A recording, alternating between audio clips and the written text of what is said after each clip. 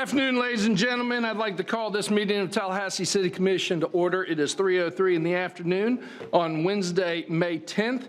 Ladies and gentlemen, it is my honor and privilege to introduce Ben Kempfer, who is the lead pastor of the Downtown Community Church, who will be providing us our invocation. Pastor, thank you for joining us. If you'll please stand. Thank you for having me. So one of the things that we like to do as we enter into a kind of a moment of reflection and prayer is to just take a second and close our eyes and breathe for a second to kind of just be centered and focused. So if you'll join me in just pausing for a second in the middle of the craziness and just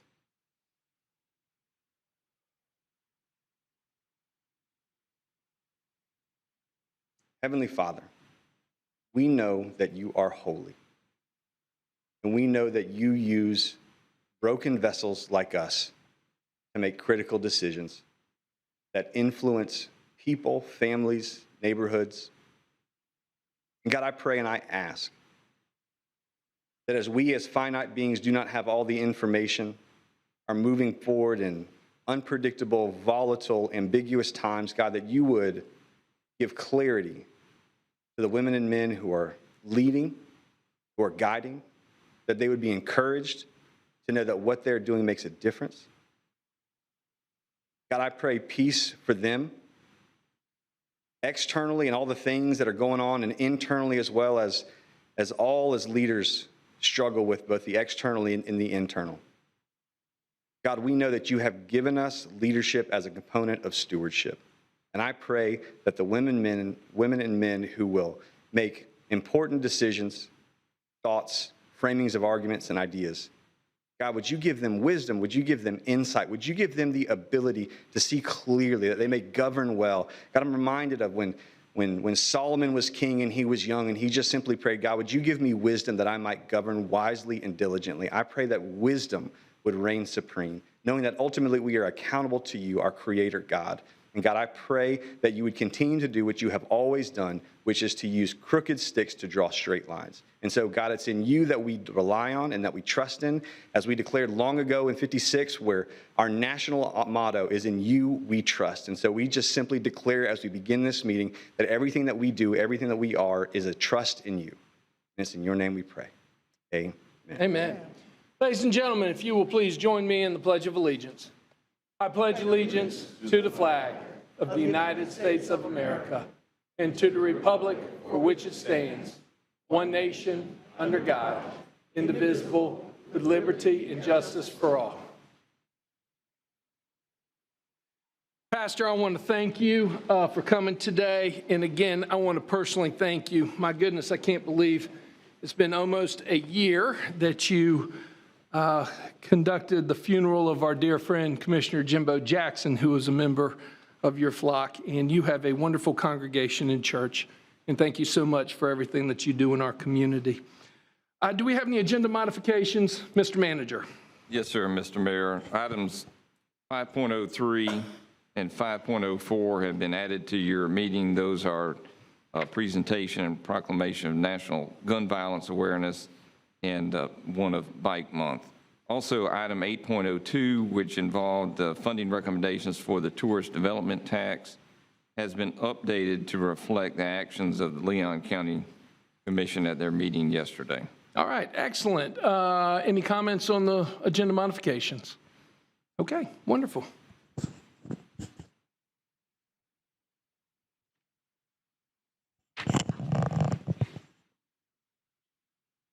Colleagues, you're more than welcome.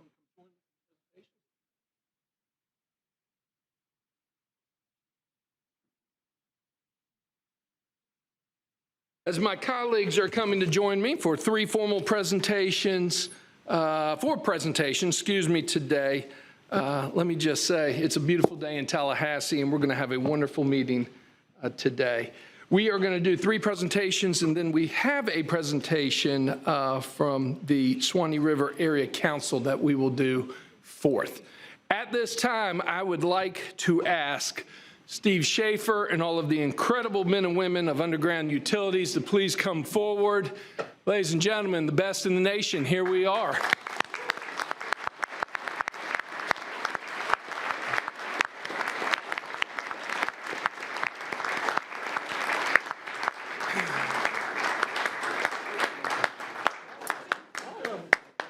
You know, I like to say this all the time, and we're going to recognize National Public Works Week.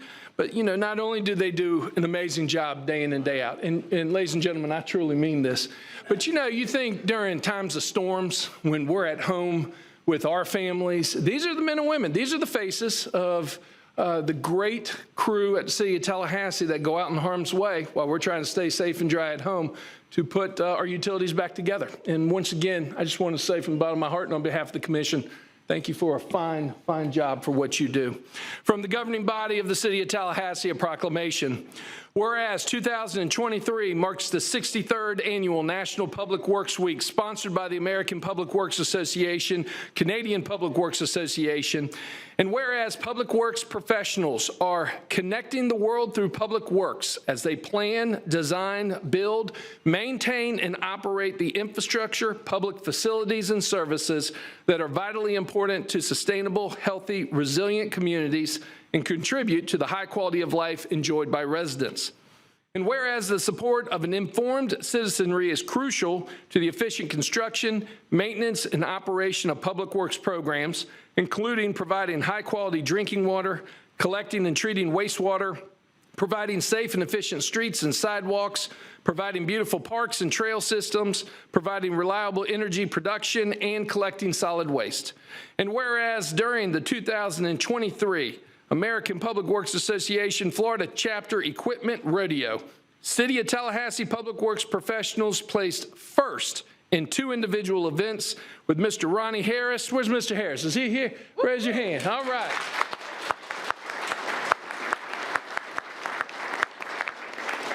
Mr. Ronnie Harris winning the backhoe competition, and Mr. James Moore. Where's James? All right. Winning the mini excavator competition. Now, let me pause real quick. Gentlemen, I'm here to speak on behalf of everybody. That sounds like so much fun. It really does. Maybe one day we can go out and play a little bit and learn how it works. But the technical expertise needed is second to none, and the fact that you placed first is absolutely amazing. And whereas Mr. James Monroe, James, raise your hand one more time. There we go. More, excuse me, more. I'm sorry. I'm just overwhelmed, James, sorry.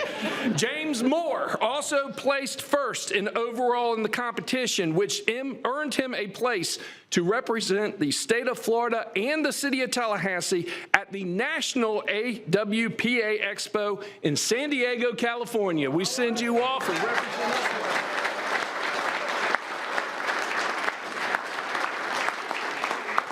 And whereas Tallahassee continually invests in its infrastructure to ensure reliable, safe, and efficient services, including projects in fiscal year 2022 that invested approximately $4 million in the Benton Road Traffic and Pedestrian Enhancement Project, $5 million in stormwater enhancements to improve water quality and mitigate flooding, $3 million in the newly constructed Four Oaks Park, and $6 million in the new state-of-the-art best-in-region water quality laboratory. And whereas in addition to providing world-class services to our community every day, city employees prepare for and respond to severe weather such as hurricanes and other emergency events, illustrating the essence of public works. And whereas city crews have demonstrated their dedication and willingness to go above and beyond by traveling to other cities, including the Orlando-Kissimmee area, to restore vital services to communities impacted by Hurricane Ian. And whereas we celebrate the hard work and dedication of public works professionals here in Tallahassee and throughout the world, now therefore I, Johnny Daly, by the authority vested in me as the mayor of the city of Tallahassee, do hereby recognize the week of May 21st through May 27th as National Public Works Week in Tallahassee, and further encourage all citizens to recognize the contributions which public works professionals make every day to our health, safety, comfort, and quality, read into the record in front of each and every one of you, signed with my signature, dated May 10th, 2023. Steve Chafee, please come forward to accept this proclamation in a few words.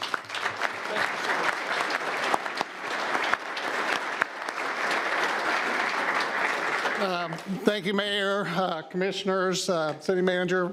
Very much appreciate this recognition of the hard work that our public works employees do every day. And it's not just underground utilities and public infrastructure. It's our brothers and sisters in community beautification and waste management. It's our electric and gas. It's across the board. And I could not be prouder of the work that our folks are doing.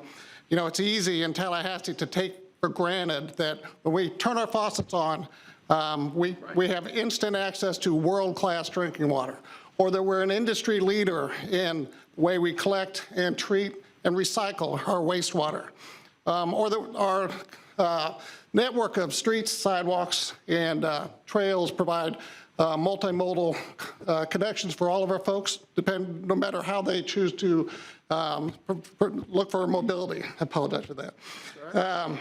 Our gateways are beautifully maintained. Our public spaces are cleaned. Our garbage is picked up. All these things that we don't have to worry about. It's easy to take for granted that we have world-class parks that we can step out into and trails throughout the community.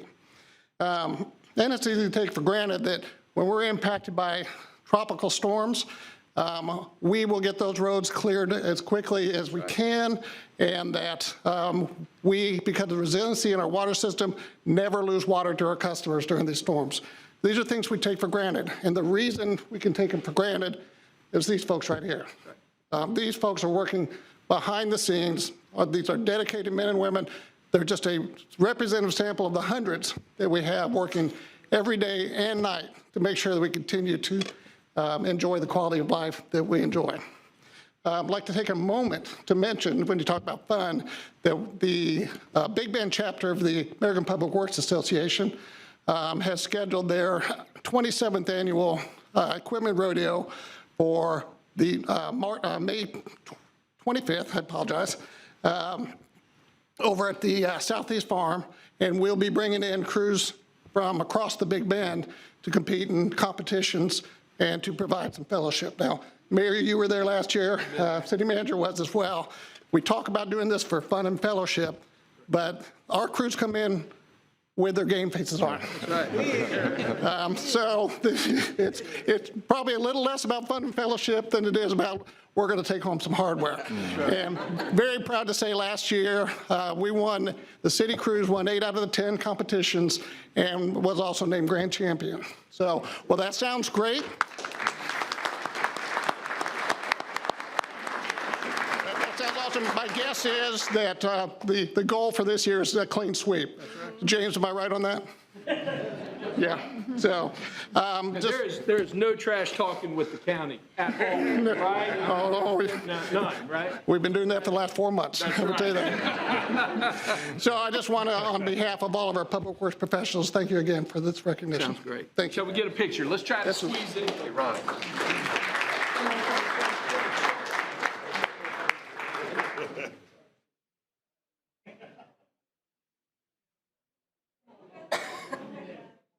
Have to bunch up.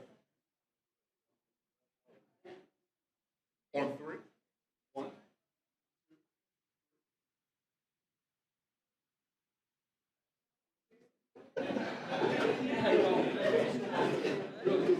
Hey, Dave. Hey, Dave. Dave. Hey, thanks for your help earlier. Thanks for your help earlier.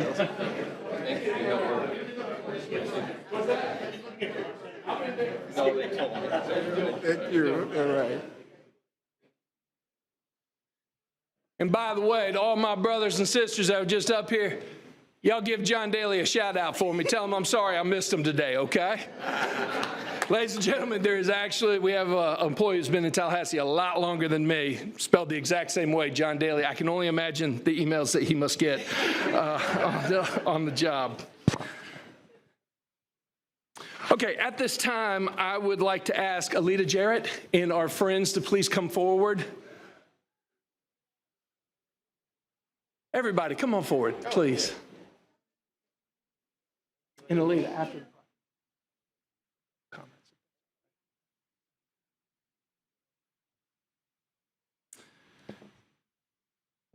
On a more somber note, ladies and gentlemen, from the governing body of the City of Tallahassee, a proclamation. Whereas every day, more than 120 Americans are killed by gun violence and more than 200 are shot or wounded. And whereas firearms are the #1 cause of death for children in the U.S. And whereas cities across the nation, including Tallahassee, are working to end the senseless violence with evidence-based solutions. And whereas in January 2013, after Hadia Pendleton was tragically shot and killed at age 15, her friends asked classmates to commemorate her life by wearing orange. And whereas every year on the first Friday in June, people across the United States recognize National Gun Violence Awareness Day and wear orange in tribute of Hadia Pendleton and all victims and survivors of gun violence. And whereas anyone can join the campaign by pledging to wear orange on June 2nd, 2023 to help raise awareness about gun violence. And whereas we renew our commitment to reduce gun violence and encourage responsible gun ownership to help keep our families and communities safe. Now, therefore, I, Johnny Daly, by the authority vested in me as the mayor of the city of Tallahassee, do hereby recognize June 2nd, 2023 as Gun Violence Awareness Day in the city of Tallahassee, and urge all citizens to wear orange as a symbol of our hope and efforts to prevent the tragic effects of gun violence and to honor and value human lives. Read into the record in front of each and every one of you, signed with my signature, dated, I have dated it actually June 2nd, 2023 for the actual commemoration of the day. And with that, I would love to turn the podium over to you. And thank you so much for coming out.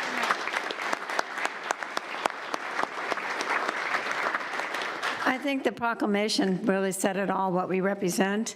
I just would like to invite all of you to come to National Gun Violence Awareness Day, Friday, June 2nd at 8 p.m. And guess where it's going to be? Right here. So you won't have to forget. It's not going to be inside, but it's going to be right outside of City Hall. So please all come. We appreciate it. Can we get a picture?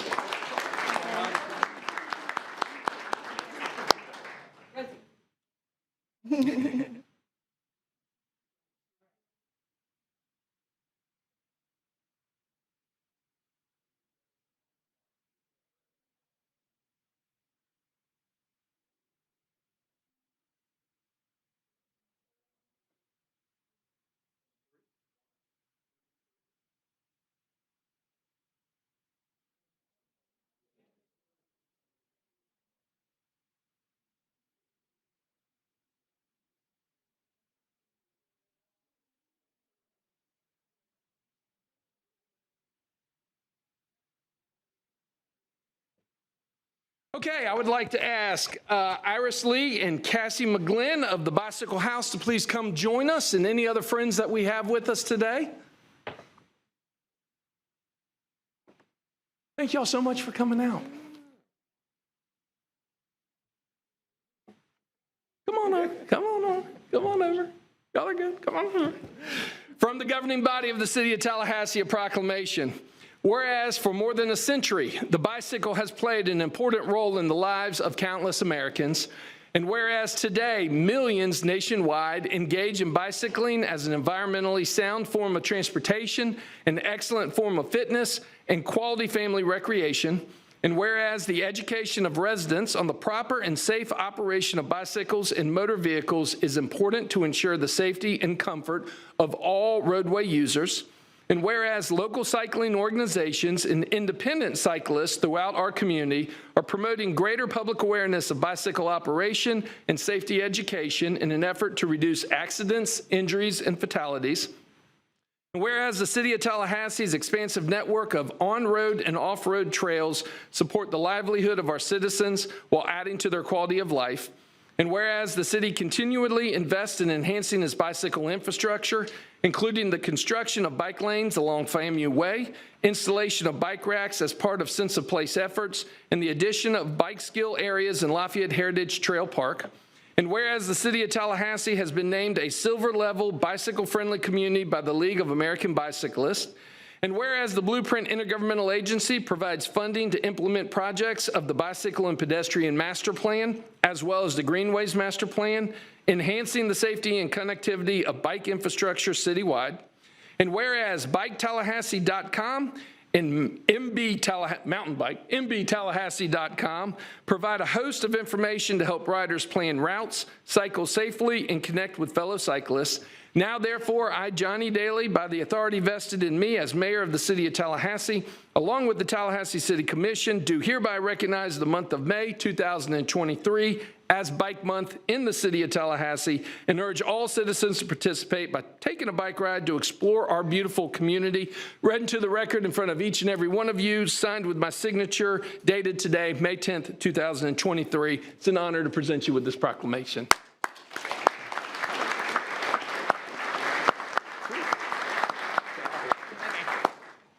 Hello, my name is Cassie, and I am a cyclist here, a native to Tallahassee, and I don't own a car. I ride a bike everywhere to save money, and I volunteer at a local organization called Bicycle House. Check it out at bicyclehouse.org, and we're having a fundraiser this month. Our founder, Scott Benton, who's from Tallahassee and has been riding his bike ever since he was born, probably. He's trying to ride the most miles out of everybody in the world this month on a local level. So he's, last year rode like 4,000 miles in May, and he's halfway there this month. And it's hot and it's hard, and some people are like in California and it's really cool and nice weather, but he's going to do it here in Florida and it's going to be awesome. And I just want to say thanks to the City of Tallahassee for all the wonderful infrastructure we have and all your continued support as residents to Bicycle House. And here's my daughter Iris and our friend Maliki, who's from Zambia and came here with his family. And they cycle everywhere. He goes to school and work on a bicycle, and he's joined our local mountain bike team. And I'm very proud to know him, and he's happy to be here too. That's awesome.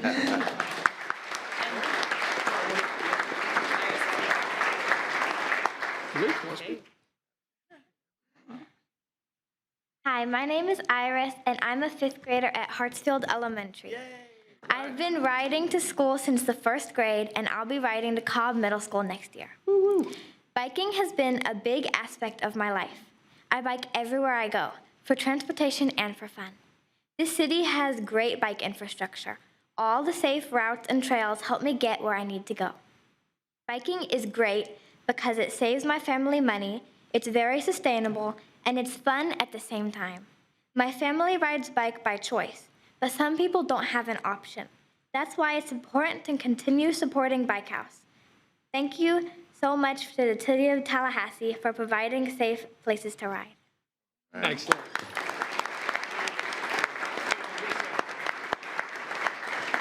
Okay, we're gonna do a shameless plug, and I'm gonna throw you a softball. What is the Bicycle House, and what do you do at Bike House?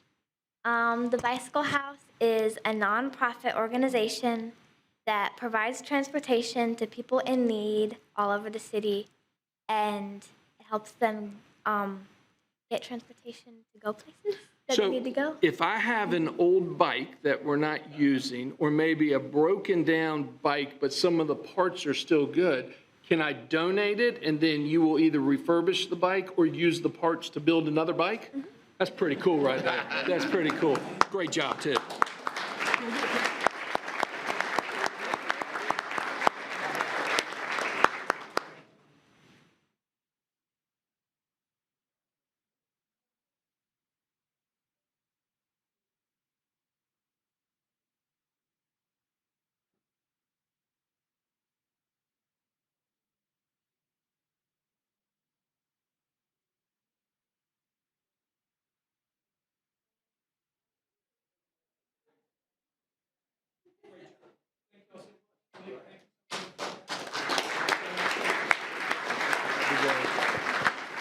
Okay, so the final presentation actually will be presented, Mr. Terry Whitaker, if you'd like to come forward on behalf of the Suwannee River Area Council of the Scouts. And come on over here, that'd be great. It's an honor to have you here, sir. Thank you, sir.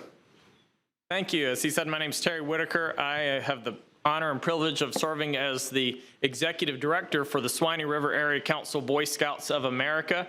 If you were in this room and you were ever a Cub Scout, Boy Scout, Girl Scout for any moment of time or your children were, raise your hand. You can see the impact our organization has had. So thank you for being part of Scouting, and thank you for all the support everyone gives. I'm here to represent the longstanding relationship that the Swanee River Area Council has with the City of Tallahassee. We couldn't do what we do without the support of our community, so thank you for that. We serve 13 counties in South Georgia and North Florida. The City of Tallahassee is right here in the heart. Most of our membership comes from the City of Tallahassee's population. Last year, we served over 1,200 youth with over 500 registered adults.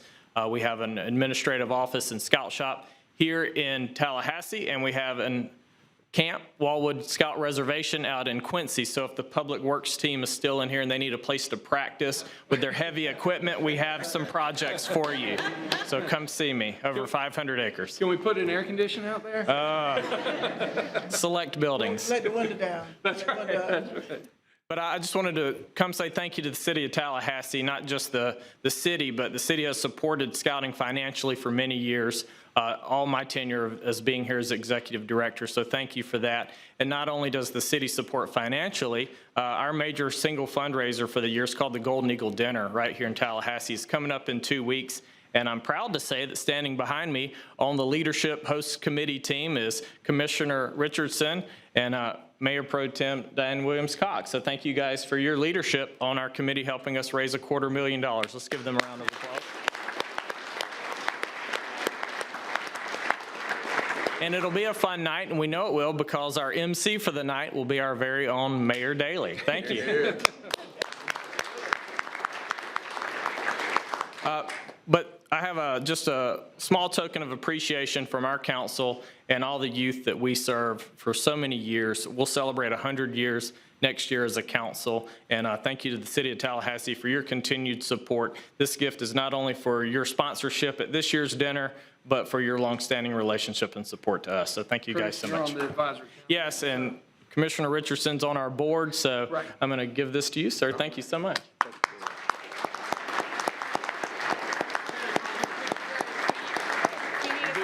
I'll serve dessert. All right, Yeah. we'll take it. Can we get a picture? Absolutely.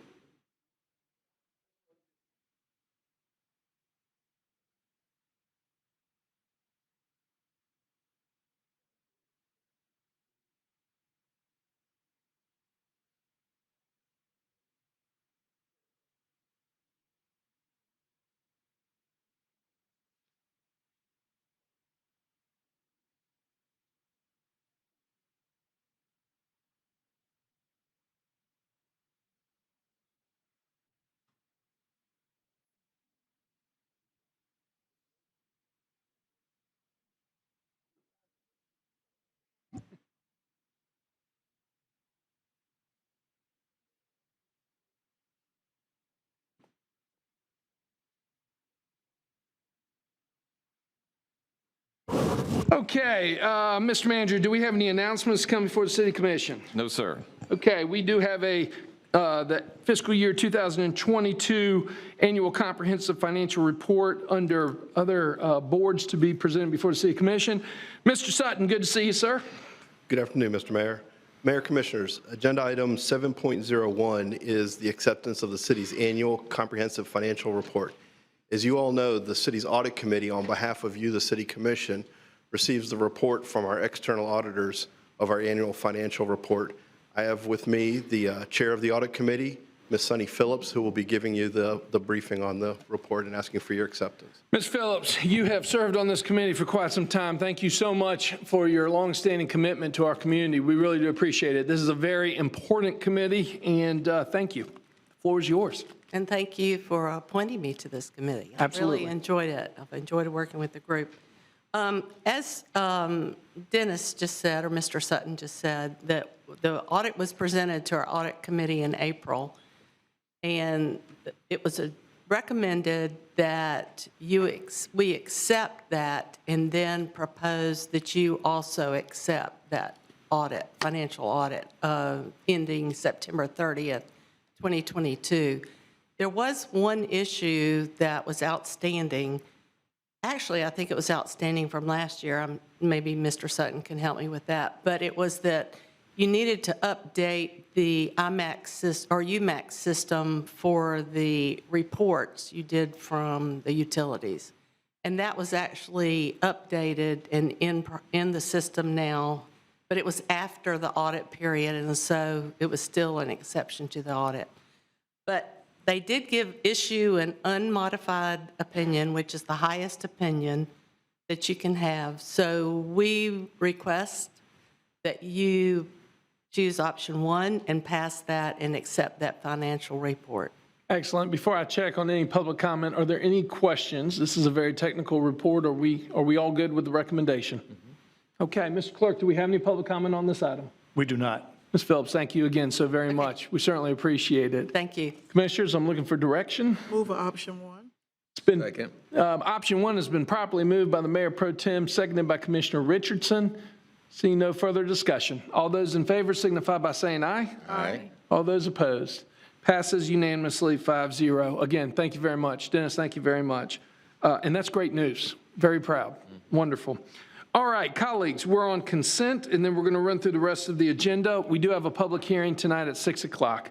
I believe that we'll be able to make it through all of the business before the city, and if we have time, if there's anybody to speak on unagendaed items that come early, we'll give them the opportunity to speak. We can take care of the sharing of ideas and then come back for unagendaed items as well after the public hearing, or we'll take as much time as we need on all of the items before us, okay? All right, we're on the consent agenda item. Do we have any public comment on consent? We do have one speaker, Mayor, on item 8.02. Okay, so let's pull 8.02, and we'll come back to that in just a second. Do we have any public comment on 8.01? No, sir. Okay, motion for 8.01? So move. Second. It's been properly moved by the Mayor Pro Tem, seconded by Commissioner Richardson. Any further discussion? Seeing none. All those in favor signify by saying aye. Aye. All those opposed?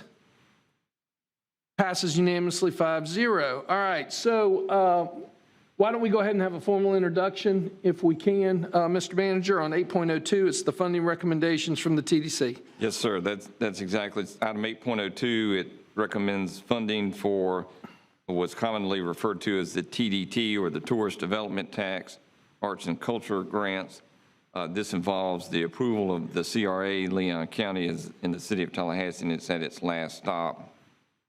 Option 1 recommends to approve the grant recommendations for the Challenger Learning Center and Lemoyne Art Foundation.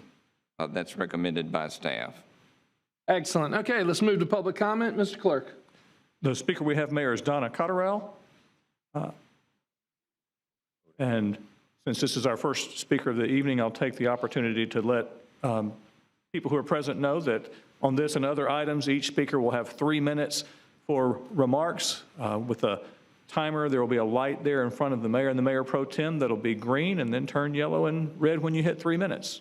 Wonderful. Your name and address for the record, please. Thanks for joining. My name is Donna Cotterell. I live in the Bond neighborhood, and I thought my name was, or Indaba Incorporated was going to be on this agenda item. I got a call from the CRA today, and they said, yes, are you going to be there? So I'm hoping that the approval has gone through all of the processes. Last night, the county approved your recommendation, which I thank you for, and I'm really grateful. And I want to say I appreciate that you all see the value of the programming that Indaba Incorporated brings to the City of Tallahassee, and I'm looking forward to the performances that we have coming up. So again, I want to say thank you. Excellent. Thank you. Our next speaker, please. No other speakers on the item. Okay, let's move for direction. Mr. Mayor, Yes, ma'am. Mayor Pro Tem. the option, the recommended action option reads approve the grant recommendation for the Tourist Development Tax Funding, Challenger Learning Center, Lemoyne Art Foundation, and Indaba Incorporated, Florida Live Fest, Inc., Tallahassee Symphony, Inc., and Southern Shakespeare, Inc. So that includes that's everything, right? Correct. So I move for option 1. Second. Okay, it's been properly moved by the Mayor Pro Tem, seconded by Commissioner Richardson. Further comment? Yes, let me just Mayor say Pro that Tem. we are glad to finally land this plane. This plane has been circling around the Tallahassee Airport and City Hall and County. International Courthouse International Airport. For what, about 6 years? Or about that. So we are glad to land this plane, and congratulations to all of the folks who will be receiving these funds, and for those who will be receiving the services provided by these funds. Excellent. Any further comment? Staff recommendation's been properly moved by the Mayor Pro Tem, seconded by Commissioner Richardson. All those in favor signify by saying aye. Aye. All those opposed, passes unanimously 5-0. We're on the introduction of ordinance 11.01. Madam Attorney. Thank you, Mayor. Item number 11.01 is the introduction of ordinance number 23-0-17, an ordinance of the City of Tallahassee adopting a text amendment to the 2030 Tallahassee-Leon County Comprehensive Plan, amending the land use element, utilities element, housing element, capital improvements element, and vision statement, providing for severability and conflicts and providing an effective date.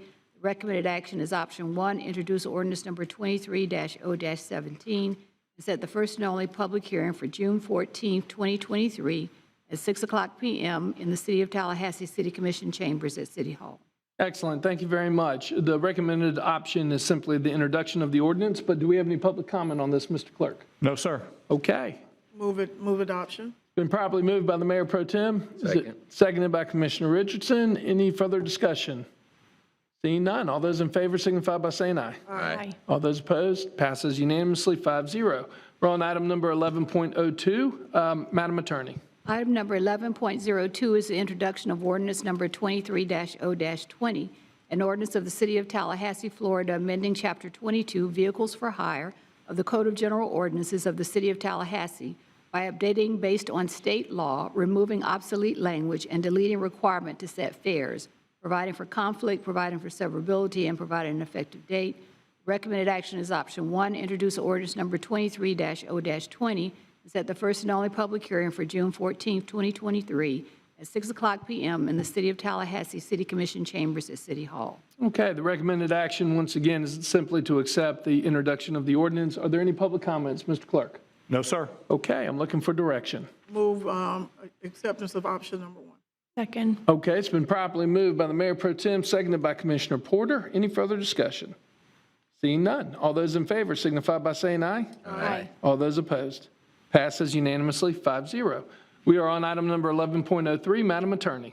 Item number 11.03 is the introduction of ordinance number 23-Z-04, an ordinance of the City of Tallahassee, Florida, amending the official zoning map of the City of Tallahassee, located on 893.47 acres on the north side of Mahan Drive and south side of Miccosukee Road, just east of the I-10 interchange with Mahan Drive, on the official zoning map of the City of Tallahassee, changing the zoning classification of the land from critical planning area to Walani Hill Plan Unit Development, providing for conflict, severability, and an effective date.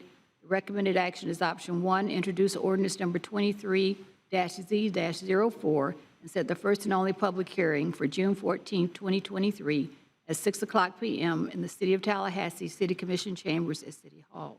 Any ex parte disclosures concerning this item are available via the hyperlink included in the agenda item as published in the board doc system. All right, thank you. Again, the recommended action is simply the acceptance of the introduction of the ordinance. Mr. Clerk, any public comment on this? Mayor, we do have 2 speakers on this item. Okay. Richard Darabi is here to answer any questions you have, so I think I'll call our other speaker. That way, if there are questions he needs to answer, he can. Margaret Moore is connected via WebEx. Okay. So she will be our speaker, and we'll have the 3 minutes, the same as the individuals in chambers. Margaret Moore, are you with us? Yes, can you hear me? We can hear you loud and clear. Thank you for joining us. Your name? Thank you. My name is Margaret Moore, and I live at 1910 Monticello Drive. I would like to speak to the fact that sprawl is defined by the National Trust for Historic Preservation as poorly planned, low-density, auto-oriented development that spreads out far from the center of our communities. Sadly, it too masquerades as a form of economic development. Having new housing tracts moved even deeper into agricultural and environmentally sensitive areas will result in private auto use accelerating at a more rapid pace. These costs of sprawl have enormous social and environmental and economic costs, which we typically don't get to discuss to my satisfaction. I would like to know more about the following: the impact of traffic on air quality standards, the threat to water quality and aquifers, the mismanagement of stormwater and sewage, the expansion of the urban areas the reduction of wildlife habitat, the loss of open space and natural unique areas, the expense of the costly new infrastructure, and the overdependence on our already overworked roads and connectors. Will there be bus transportation? How will we take care of these people? I am just concerned that this further destroys our economic and environmental value of our land. It is encouraging an inefficient, it's just so expensive to serve. It fosters, excuse me, I'm sorry, I'm not well. It causes divestment from the established urban core. It will create a new 15-minute city, 15 minutes from the city we're trying to keep people in. It requires the use of an absurd amount of tax dollars to support people who will not be living here for the next foreseeable future until this is built. And it lowers the value of other things in the area. It just really weakens our sense of place, community, and I would like to stop being an accomplice in the destruction of our town. I'm sure everyone means all well and good, but honestly, is this what we want? Is this, I feel like I'd just be driving around the I-295 ring in Jacksonville. I'll sign off here. Thank you. Thank you. Our next speaker, please. Richard Jarabi is here to answer any questions you may have, Commissioners. Okay. Commissioners, I'm looking for direction. Move option 1 as recommended by the attorney, Mr. Mayor. Okay. Option number 1 as recommended has been properly moved by Commissioner Richardson, seconded by the Mayor Pro Tem. Any further discussion?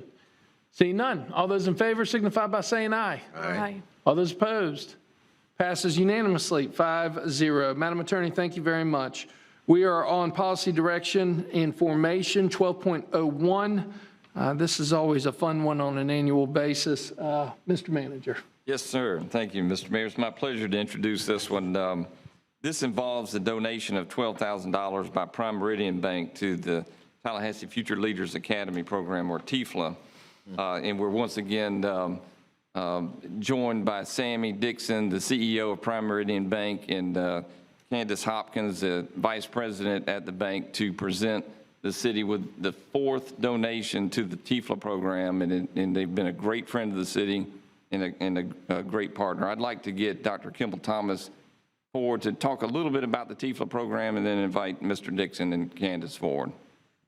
Mayor Daley, respective commissioners, it is my great pleasure to bring this item to you this afternoon. I can tell you from the inception of this program and the over 1,100 high school students that you have positively impacted with this strategic objective, the Earn and Learn program that we have is second to none. And I want to say again that without your support and the support that we get from the partner that we have here today in Prime Meridian, but more importantly, the students that we have, I'm going to ask at this time our youth development coordinator, who's our staff lead, Dr. Tara Holmes, to come forth. Senior at Rickards High School, Amaya Wayman, to come forth. Senior at Leon High School, Christina Owens, to come forth. My human service manager of our human service partnerships and our human services program, Anita Morrell, to come forward. I just may bring the whole staff in a minute, but this is what this is about. These students who earn and learn. I can tell you, commissioners, that during the time of COVID, when other entities were not doing earn and learn programs and there was no summer employment, led by, at that time, during that time period, Deputy City Manager Barber took the lead on it. The guidance, supported by City Manager Gold, we still kept this program in tight. And I can tell you, by the leadership of Dr. Holtz, who did for the first time a virtual e-learning program, best in the nation, got awarded by the Mayor's Conference. Mayor Daley, you were part of that call. So I just want to tell you that we kept it going and kept people employed virtually. And at this time, I would like President Dixon to come forth, Senior Vice President Hopkins to come forth. We could not do this without this partnership. So let's just give everybody, if you would, a round of applause. We just thank them so much.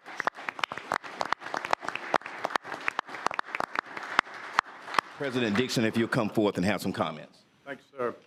Commissioners, Mayor, City Manager, thank you all for moving this program forward. We want to have our community to continue to grow, and without fostering our young folks to grow, we will not move forward. And this program, and by your leadership of what you've done as a commission, is outstanding, and we are happy to be a part of this. This is our 7th year involved, and we would love for you to let us know how we can make this more apparent to the rest of the community so we can get more support. So thank you. Thank you. Thank you. Ms. Hopkins? This is probably the 6th time I've been involved with TFLA, just doing the financial education piece, and I have enjoyed it immensely, getting to work with the youth, understanding their perspective of the world, and sharing the importance of understanding money and their relationship to money. And I just appreciate, as a partner, being involved with the city to continue this program and provide that education to the students. And if I may, Amaya, would you like to let the commission know how you feel and what your plans are for graduation? So I'm graduating from James S. Ricketts High School, magna cum laude, and I've been a part of Tallahassee Future Leaders Academy ever since I was eligible to be a part. And it's kind of bittersweet now that this is my last year being a part of it, officially getting ready to go off to college and everything. But something that really stood out to me the most, just the importance of financial literacy, was being able to understand the importance of budgeting as well as learning about credit. Thank you. Christina? I'm Christina Owens, a senior at Leon High School, and similar to Amaya, I've been a part of TFLA since I was eligible to be a part of it since the pandemic. And I really enjoyed learning about finance, especially what we're investing our money into. That's what Prime Meridian taught me. Thank you. Thank you. And now for the presentation. Fantastic. On behalf of Prime Meridian Bank, we would like to present the City of Tallahassee with a $12,000 donation towards the Tallahassee Future Leaders Academy program. All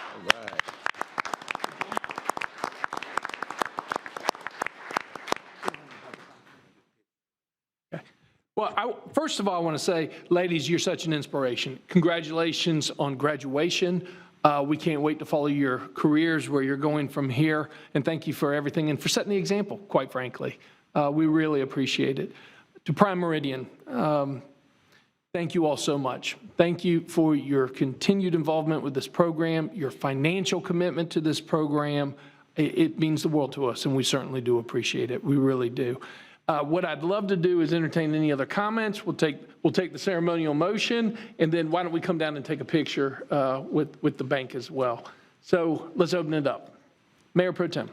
Thank you, Mr. Mayor. I want to say thank you to Prime Meridian. Thank you to our staff.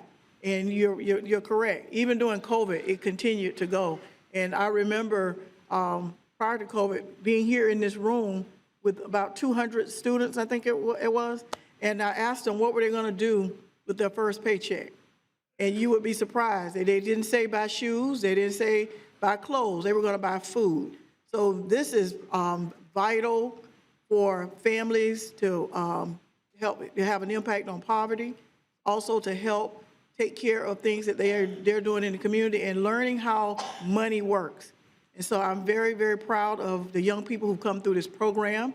And let me say personally to Amaya, who I've been a mentor to for a few years. She's on her way to Tuskegee University. Tigers. So I'm very, very proud of you, and very proud of you too, Miss Christine. I'm not sure where you're heading off to college. All right. There you go. So you just can't beat that. You just can't beat that. Welcome to the highest of 7 hills. So thank you all so very, very much. Thank you, staff, and all of you who've done this. And you've heard me say this before. I would like for this to be a year-round program, so that we're not just doing it in the summertime. So perhaps we can find those other partners who will be willing to donate at least $12,000 a year or more to help us make this a year-round program. So I put it out there. You know, you have not because you ask not. So I'm asking, help us make this a year-round program. Thank you. Excellent. So Commissioner Richardson. Thank you, Mr. Mayor. I, too, want to commend staff for the work that they've done. Dr. Thomas, you and your staff, you've done a phenomenal job with this program over the years. It's grown and certainly has been a very successful program in providing information and guidance to our young people. As you can see, the examples that we have here today, thank you all, young ladies, for what you have done. And congratulations, and we certainly look forward to hearing good things about you as you pursue your future goals and ambitions. Sammy, thank you, and Prime Meridian, and Madam Vice President, thank you all for the support that you've given us, because without that kind of support, programs like this wouldn't be possible. You know, it's one of the things that we are addressing in our community is the violent crime that unfortunately is plaguing our community, not just Tallahassee, but throughout the state and this nation, unfortunately. But we are trying to get ahead of that. We are trying to get ahead of that by steering young people like this in the right direction at an early age before they even have an opportunity to get involved in those kinds of issues. So that's part of what TIFLA is all about. And so, again, we just thank you all for what you've done to help make that possible for young people in our community. Thank you, Mr. Mayor. Absolutely. So I would like to make the motion on behalf of the City of Tallahassee to graciously accept the donation from Prime Meridian Bank. Thank you. Seconded by Commissioner Richardson. We have no comment from the public on this item. All those in favor of the motion signify by saying aye. Aye. All those opposed? And it passes unanimously 5-0. Do you mind if we get a picture? That'd be great. And while we're moving down, Dr. Thomas, you and your staff once again are to be commended. TFLA, nationally recognized program. Thank you so much for everything.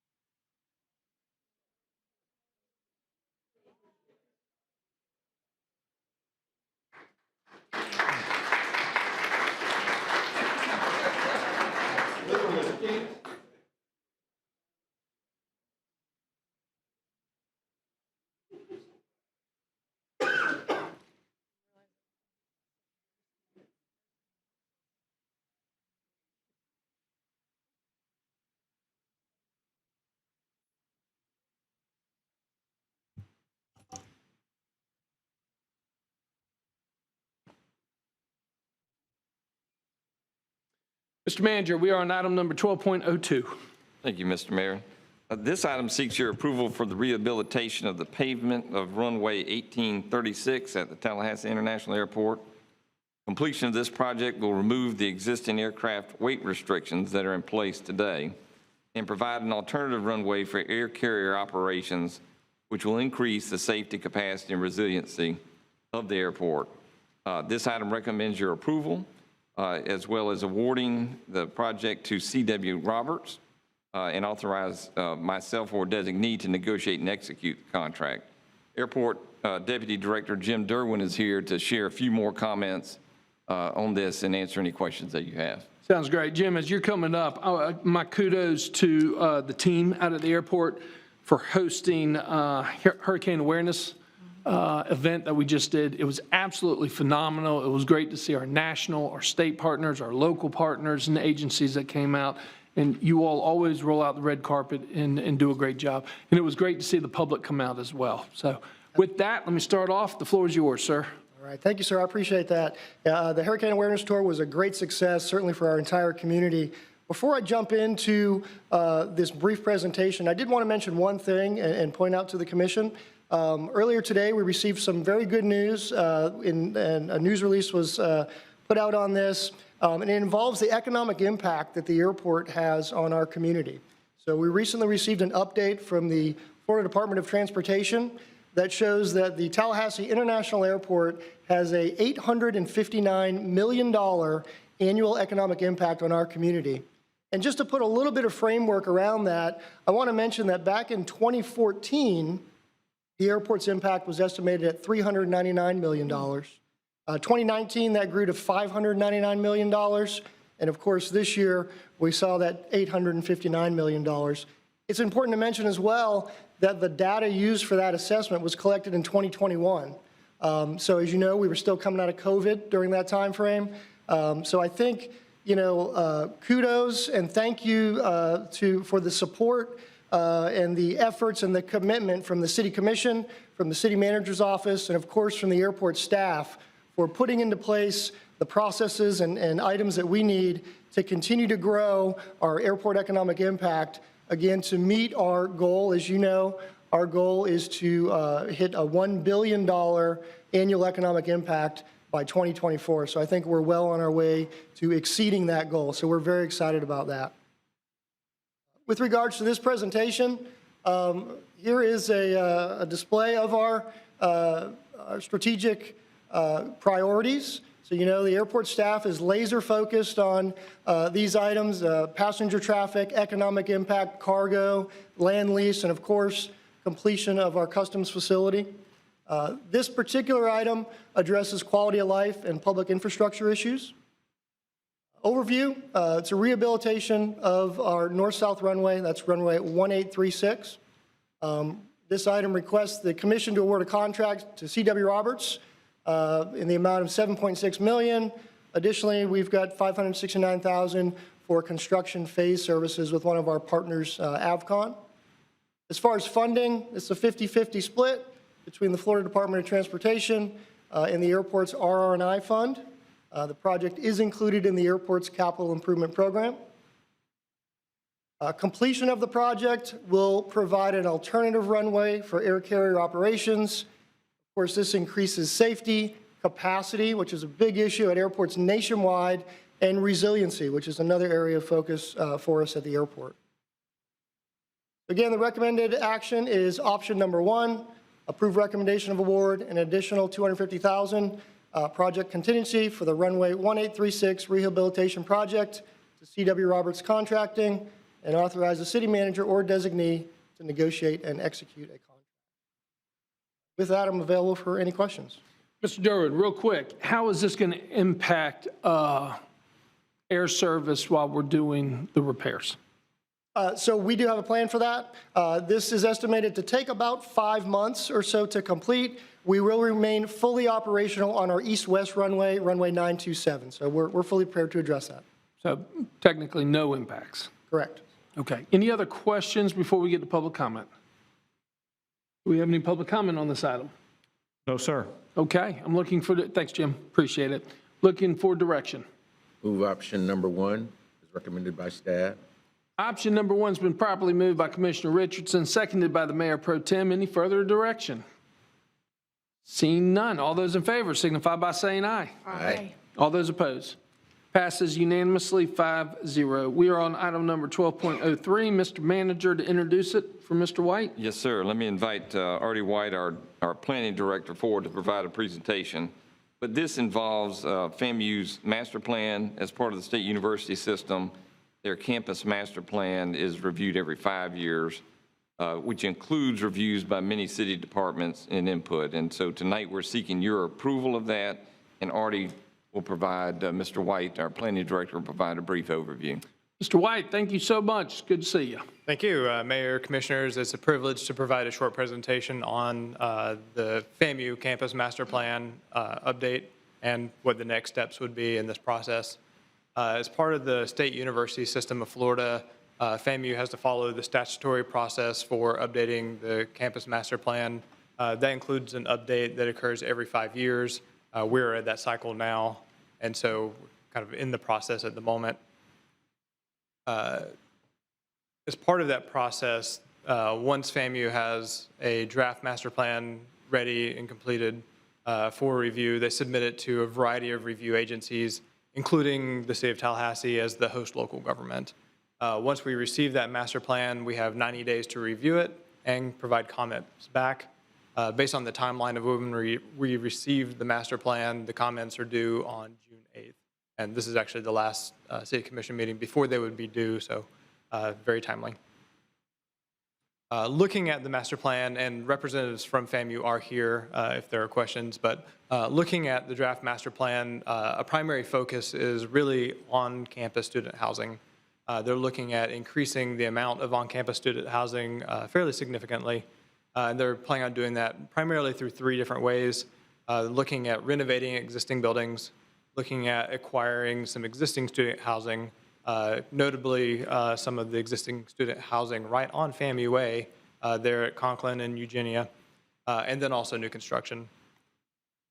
Beyond the on-campus student housing, a couple of the changes as part of this 5-year update include renovations to the School of Business and Industry South building, the demolition of the Dyson Pharmacy building, and the subsequent construction of the Chemical and Biological Research Laboratory Center, and then just overall pedestrian and transit improvements. This is a rendering. You can kind of see we've highlighted on here where those changes are shown. So again, primarily looking at housing as well as the renovations to that School of Business and the construction of the Chemical and Biological Research Center. Again, as part of this process, we have 90 days to review it. We've been in close coordination with FAMU and their consultant, have kind of preliminarily worked through the comments with them. The comments that we have as staff are included as attachment to the agenda item. We're all very confident that these can be addressed as they go through the process of addressing any other comments that they get from the other review agencies. So the action tonight, the recommended action would be to approve the comments. That's option 1. If you do that, we'll transmit those comments to FAMU and they can start working on those. The next steps would be for FAMU to have the master plan adopted by the Board of Trustees. And upon that happening, we'll work with them on updating the campus development agreement. That would require 2 public hearings that would occur later in the year, but we all believe that that could be done by the end of the year. I'm happy to answer any questions you may have. Excellent. Before we go to public comment, does anybody have a technical question for Mr. White? Okay, Mr. Clerk, do we have any public comment on this item? No, sir. Mr. White, thank you very much. Any comment, direction? Move the approval of the staff review, approve staff review comments of the Florida A&M University 5-year comprehensive master plan update. That is option number 1 as recommended. Yes. Okay, properly moved by the Mayor Pro Tem. Is there a second? Second. Seconded by Commissioner Porter. Any further comment? Seeing none. All those in favor of the motion on the table signify by saying aye. Aye. All those opposed? Passes unanimously, 5-0. We are on item number 12.04. Mr. Manager, to introduce. Yes, sir. Let me invite Dr. Thomas and Jean Amison forward. They'll provide a presentation. The background, as you know, the city adopts a 5-year, what's referred to as a consolidated plan for the use of entitlement grant funds. And each year we have to adopt an annual action plan, and that's what tonight is for. I'd like to ask Dr. Thomas to provide some opening comments, and then Ms. Amison will provide a further overview of this year's plan. Thank you, City Manager, Mayor, Commissioners. Again, it's my pleasure to bring this item to you. As City Manager Gold has said, we're required to bring an annual action plan with respect to our HUD consolidated 5-year plan. We have a lot of talk about the particulars of money that we get from the government. We are an entitlement community from HUD. That means that we were designated by them with respect to our Community Development Block Grant Funding, CDBG, a Home Investment Partnership Program grant known as HOME. And that happened since 1991. That designation, it depended upon a formula process that looks at poverty rates.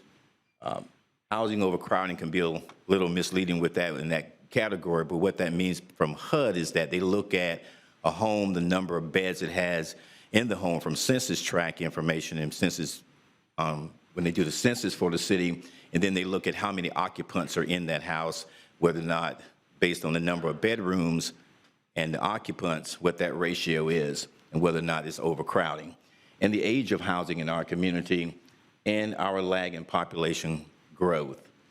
So we have a collaborative process. We have our Affordable Housing Advisory Council, our joint advisory council with the county. We put out public notice. We meet with communities, partnerships to talk about what our plans are. We have those community meetings. And then we're here today with our required annual application for HUD with respect to our action plan. Jean Amerson, our housing manager, very capable, will be here to go through the rest of the presentation with you. She'll talk about how this relates to the requirements of HUD, your commission priorities and strategic plan strategies, and also what use of funds we have to abide by with these funds, because they're entitlement from the federal government, and what those strategic goals again are and how that aligns with the things that we're doing in the community and those programs. Jean. Thank you, Dr. Thomas. Good afternoon, Mayor, Commissioners, and City Manager. As Dr. Thomas said, because we are an entitlement community, we have a 5-year plan, but every year we have to do an annual plan as our application to HUD, even though the funds are non-competitive. If you'll allow me, I'm going to skip over the budget slide for just a moment. I want to come back to it. But I want to show you first how our plan aligns with the city's strategic goals. So when we did our consolidated plan back in 2020, yes, during the pandemic, we made sure that we took the city's 5-year strategic plan goals and those that were assigned to our division as part of the collaborative process in order to come up with our strategies that then broke down to our goals and our activities that we will do each year. We set an overarching goal for the whole 5 years for each major area, but then each year we tell HUD exactly how many of each we're going to do. Some we may do a year, some we may not. It's going to depend on funding, city priorities, maybe where the need has been, or other funding that has come along that has helped to spur those activities so we can focus our funding elsewhere. But these are our strategic plan alignments. We are well on our way to meet these goals with 855 new preserved units by 2024. These are the 5-year plan strategies that we adopted back in 2020, and they do align with not only what the city's strategic goals are, but also what the eligible uses of the funds are. It doesn't really make sense to come up with a strategy that doesn't align with something that's an eligible use of the funding. But developing affordable housing, getting those poverty goals to the functional zero, supporting implementation of neighborhood first plans through neighborhood revitalization, such as infrastructure rehab and such targeted to those. The development and capacity of viable community development partners, that has been a really big focus of ours in the past few years. And I'm happy to say that that's been one of the things that we've increased our community housing development organizations, as well as other developers and contractors that we've been able to bring on board to help with us. So from those strategies, then we come up with our expected activities that we would like to fund. And before then we get there, we have our strategies, and then we hit the budget. And so the HUD, as well as Florida Housing Finance Corporation, which gives us our state housing initiatives partnership funding each year, have given us our expected allocations. These are not final yet, but we can expect that they are around these numbers. We received the increase a little bit in SHIP. It went from 1.9 to 2.3. ESG, the Emergency Solutions Grant, remained about the same. Home is slightly higher at $1.08 million, and CDBG is about the same as it has been the last few years at 1.9. So those are the funds that we can expect. So we have our strategies, we now have our funding. So what activities are we going to hit? We're going to focus on those that we know are going to help us meet our goals, not only with public facilities, community assets such as infrastructure, resilience hubs, but our public services and our down payment assistance program, which has been phenomenally successful, especially since we revised it back in 2020. We do about $750,000 in loans per year. And our housing rehab, we've not only gone from homeowner, but we've also entered rental rehab, and of course infill and new construction, not only with Habitat, but with local developers to build capacity. So those are our expected activities for the year. And the draft plan that it was in your packet, as well as the draft budget and how we're going to align those dollars with those activities were both in your packet. They are actually out right now for public review. So that's part of what we're doing right now. We're presenting this to you to give you a chance to make sure that you reviewed it, ask questions as part of our 30-day review. So we will hold that comment period that posted last week. On June 14th, we'll bring the item back to you for its first and only formal public hearing to adopt the plan, and then it is due to HUD August 15th. So you'll be seeing the plan again, but we wanted to give you a chance to look at it and ask questions. So our recommendation is to approve the annual plan as presented and schedule the first and only public hearing, and then also allow us to reprogram unallocated funds as appropriate to address needs. So I thank you for allowing us to present this item today, and we're here to answer questions. Amundsen, I thoroughly enjoyed working with you when I was our representative on AHAC. Keep up the great work. Are there any technical questions from Ms. Amundsen before we move to public comment? Okay, after public comment, Commissioner Richards, I'm going to come back to you as our representative for direction and comments, okay? Public comment. Mayor, we have one speaker on this item, Robert Dial. Okay.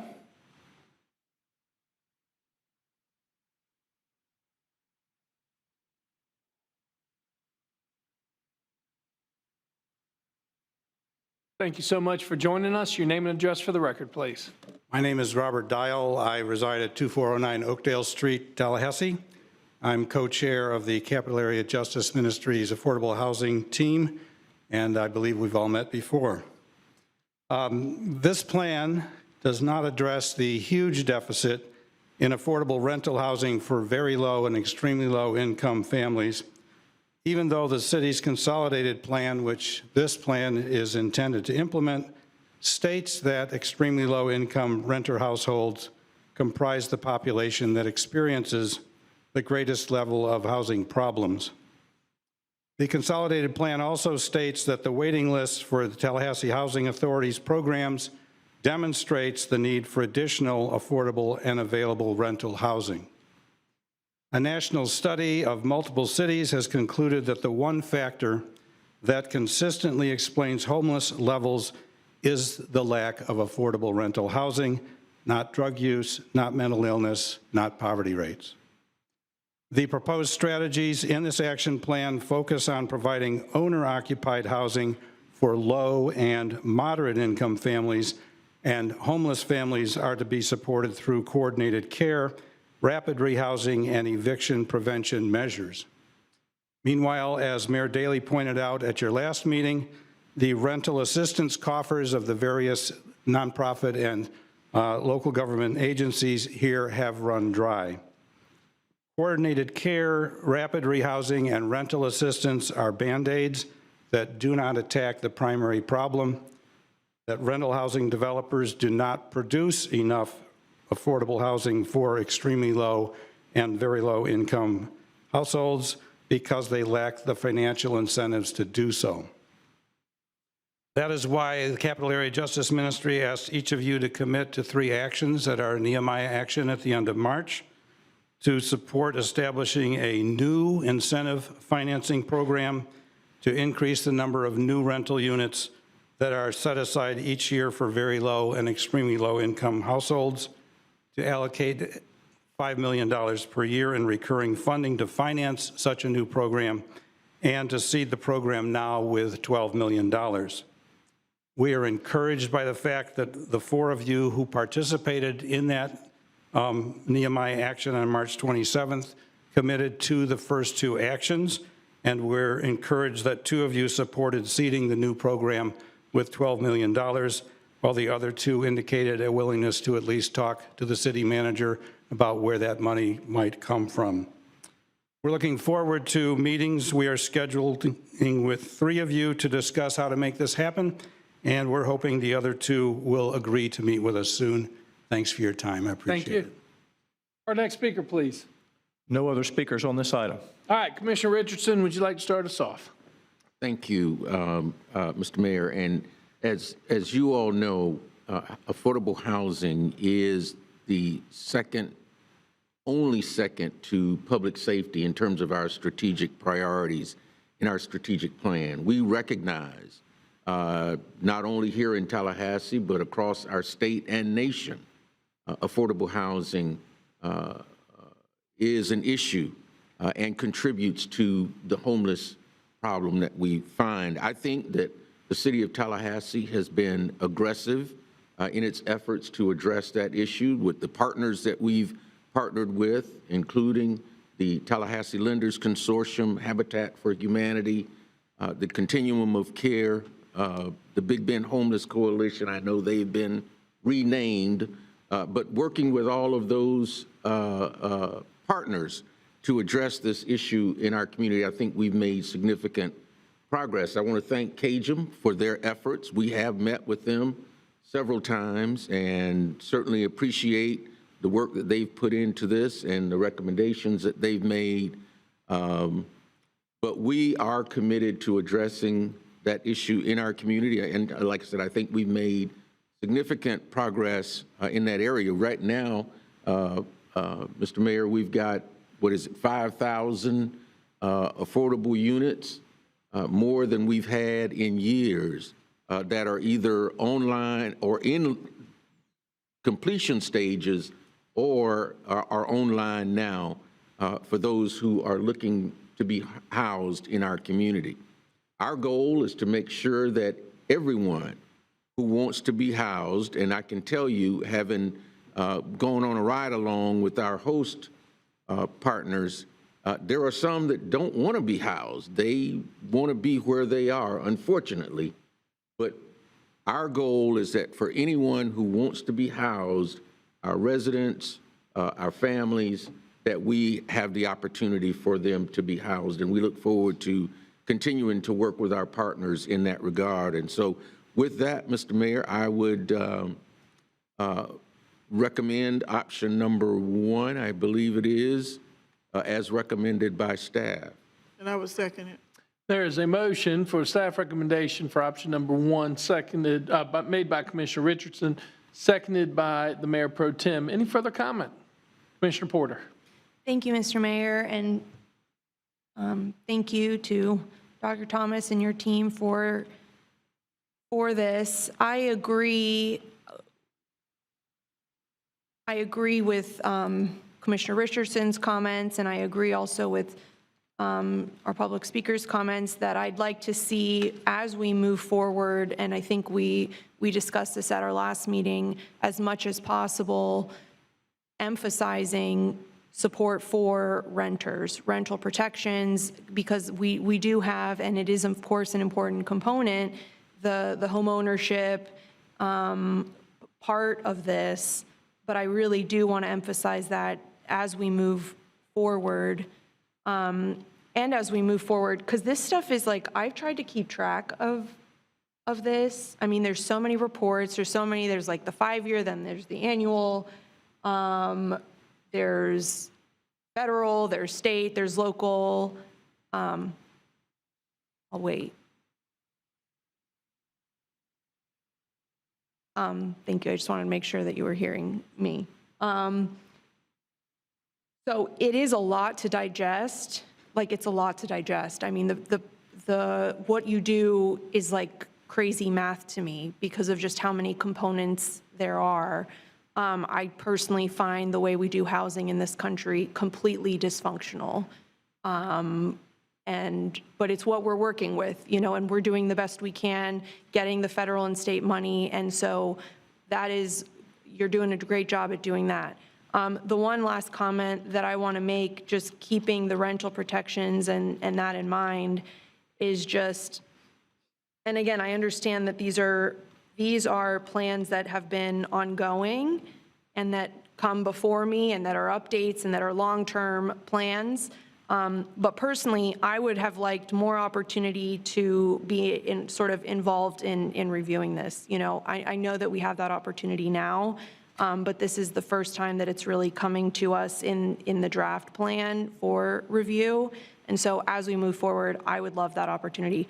I see that we did a lot of public engagement in this, and that's really important, and is reflected in this. I would like to see the commission, whether it's in the future having a workshop or something. I would like to personally have been more involved in this.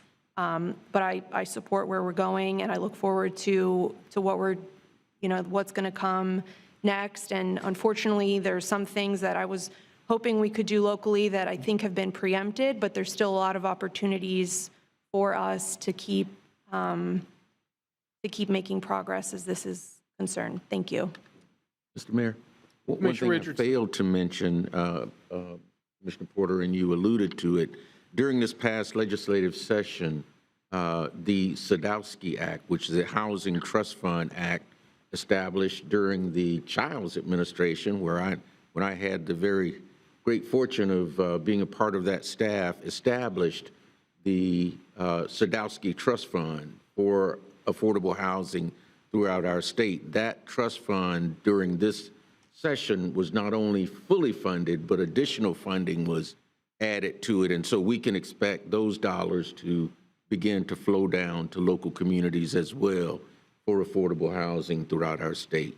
So lots of strides are being made, and I think based on where we are, we're ahead of the game as a community in terms of what we've done here in Tallahassee and the plans that we have in that regard. Thank you, Mr. Mayor. Thank you. No doubt we've got challenges. No doubt we have a lot of work to do.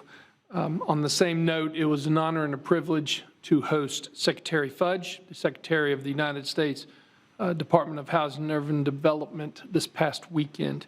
And quite honestly, it was nice to be recognized for some of the creative measures that we have taken. We can't let up. We got to keep moving forward. We do have major challenges that we have to face, but nonetheless, it was a pleasure to have the Secretary in Tallahassee, and I was pleased to be joined by the Mayor Pro Tem and Commissioner Richardson at that event as well. So there is a motion on the table that's been properly made by Commissioner Richardson, seconded by the Mayor Pro Tem. Did I get that correct? Mm-hmm. Any further comment? Okay, seeing none, all those in favor signify by saying aye. Aye. All those opposed? Passes unanimously 5-0. Do we have any other items to come before us under policy formation and direction? No, sir. Okay, colleagues, it's 4:25. I would like to go ahead, and if we have any members of the public, there's no sense making them wait till 6. We can go ahead and hear on unagended items, and then if we still have time, we could do the sharing of ideas, take our break, and come back for the public hearing. Any qualms with that? Not at all. Excellent. Mr. Cook, do we have anybody here that has already signed up for unagended items? Yes, sir. Mayor, we have one individual here, and we may have one via WebEx. I'm not sure if that connection is made. Great. But Richard Walker is the individual who has signed up to speak here, and so he will be our first speaker for this portion of the meeting. Wonderful. Thank you for joining us, and your name and address for the record, please. This has been a real education. It's my first city commission meeting, and I would recommend all citizens of Leon County come to at least one commission to see. My wife and I worked very diligently for over, I don't know how many hours, to come up with a concise problem that we had involving our water service, and made copies of this so that we could give each of you one. And then in the meantime, I spoke with first Dave, well, we did, with Dave Roberts, and then with James Barnes.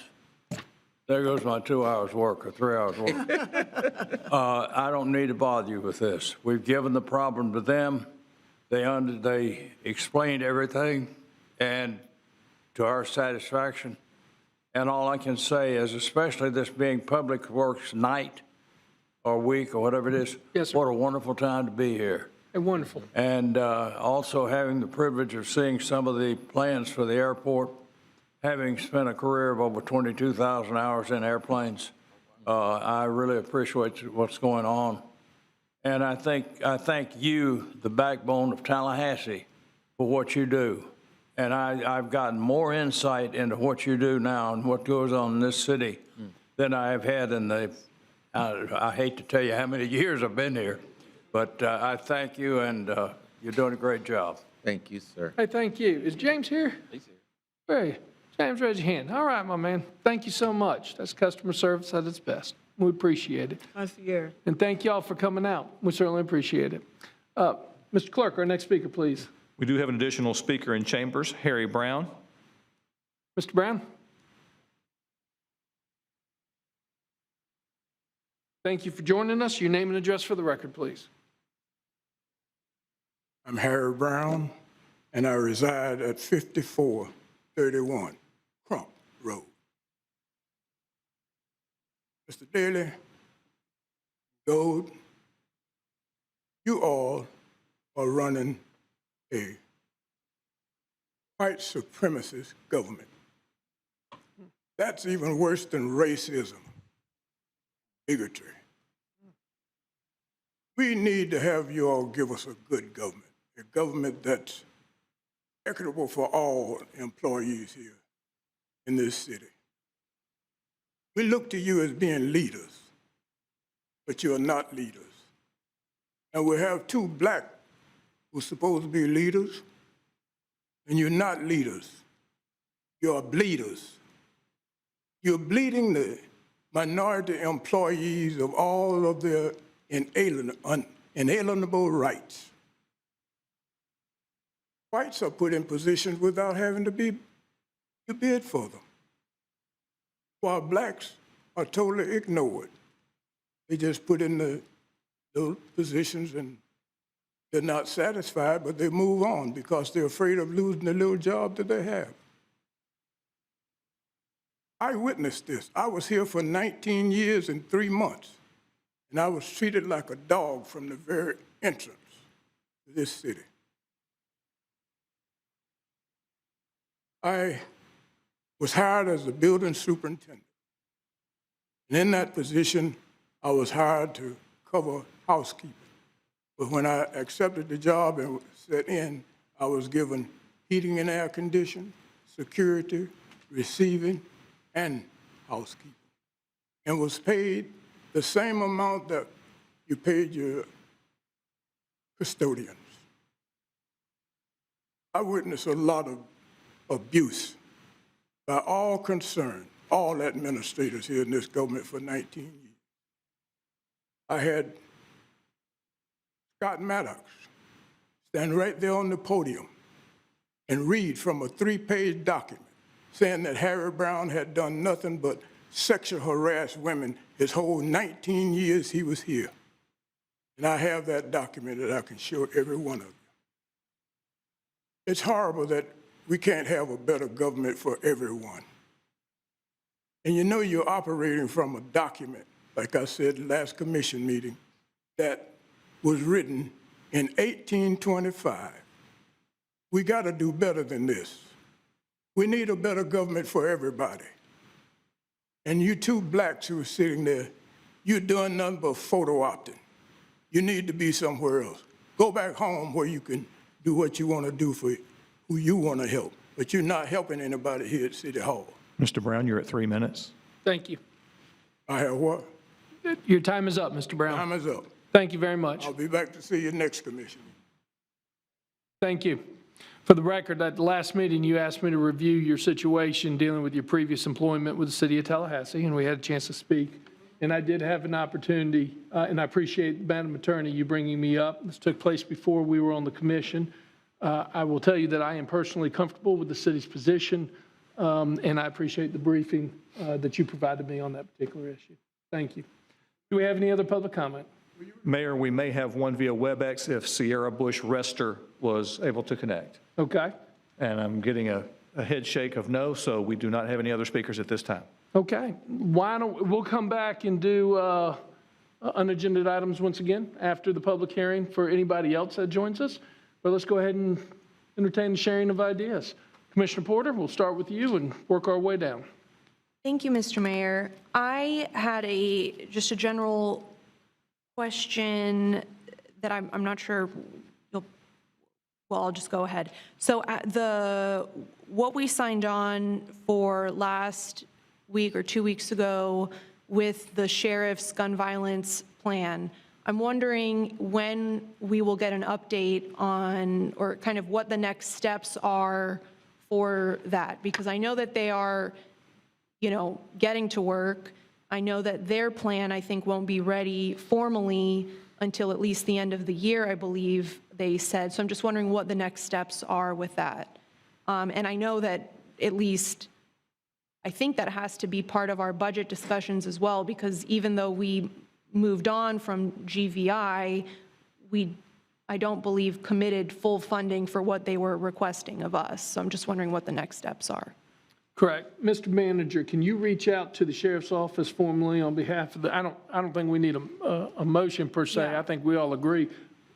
Can we get a timeline from the sheriff and what are the next steps of implementation? I think Commissioner Porter's right. We need to know how we're moving forward with our commitment. Yes, sir. We'll be happy to share that via email if that's okay. And Commissioner Porter, you're correct.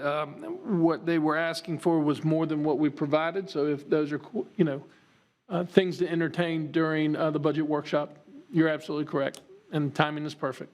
Okay. And that's it for me. Thank you. Commissioner Mettler? Commissioner Richardson? Just a reminder, Mr. Mayor, that we've got swearing in of our next fire chief, Chief Sanders, on Friday morning, 10 o'clock, Jack McLean Center, and we're inviting the community to come out and be a part of that event. He is very qualified, and we're looking forward to his leadership of our department as we go forward. That's all I had, Mr. Mayor. Excellent. Mayor Pro Tem. Thank you, Mr. Mayor. I want to again, thank this commission and thank staff for the work that was done to make sure that we remember Florida's Emancipation Day, and to remind city employees that you have a paid holiday this month. Well, you have a couple of paid holidays this month. One is Emancipation Day, which, because May 20th is on the 20th, the holiday will be on Friday the 19th. Is that correct, Mr. City Manager? Yes, ma'am. Okay, the holiday will be on Friday the 19th. There are a series of activities and events that will be taking place here in the city. I encourage you to follow the calendar and be a part of those activities as we commemorate and as we remember. I want to also continue to say thank you to Parks and Rec, Underground Utilities, and everybody else who made such an created an outstanding park over at Fort Oaks. I am thoroughly enjoying it. My grandson is playing t-ball there, and he is hitting, when I ask him, he's 5, but he says he's hitting 10 home runs. So I don't even know the game could be that long, but he is hitting the ball out of the park according to him.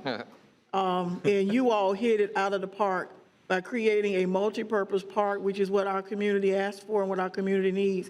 And it is servicing folks from little ones all the way to, pickleball and cricket and all that. So thank you for what you all are doing in this community to listen to the residents and provide what they are asking for. So I'm really enjoying that park. And all of the other parks as well, but this one is the new one. And so it's just great to drive up out there and see all the activity that's taking place out there. So thank you all so very, very much. We appreciate it. Excellent. I've got 3 quick things. Number one, once again, it was an honor and a privilege to host the Secretary of HUD in Tallahassee this weekend, and we certainly do appreciate her taking time. Secretary Fudge came, and it was a wonderful event, and it was nice to be recognized on the national level. And again, stressing that we've got a lot of work to do, but nonetheless, it was great to have the Secretary in town. Number 2, we did have a wonderful event for Hurricane Awareness Month, or Hurricane Awareness Season coming up at the airport. I want to thank our airport team for all that they did. It was great having our federal, our state, and all of our local partners out there.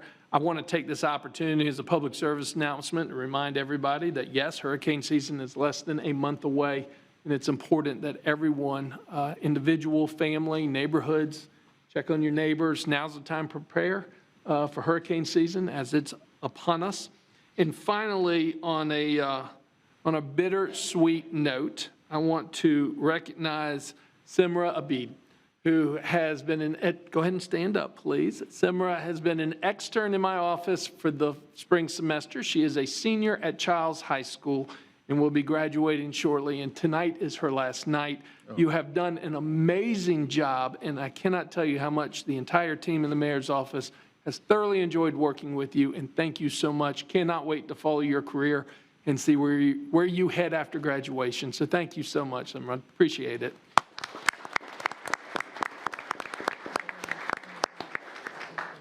Mayor Pro Tem? I was just going to say, I have one more thing, an announcement I failed to make that I need to make. Please. Okay. On May 16th at Cascades Park at 7:30 p.m., there will be at Equity Tallahassee, Leon presents Race to Be Human. It's we're asking that you join us for a youth-led community conversation. So you'll be seeing information about this. This is this coming Tuesday at May 16th at 7:30 at Cascades Park. Excellent. Okay, with that, we have a public hearing at 6 o'clock. We have 2 items on the public hearing. We'll take one more shot to see if anybody shows up at 6 on unagended items. But with that, we stand adjourned until 6.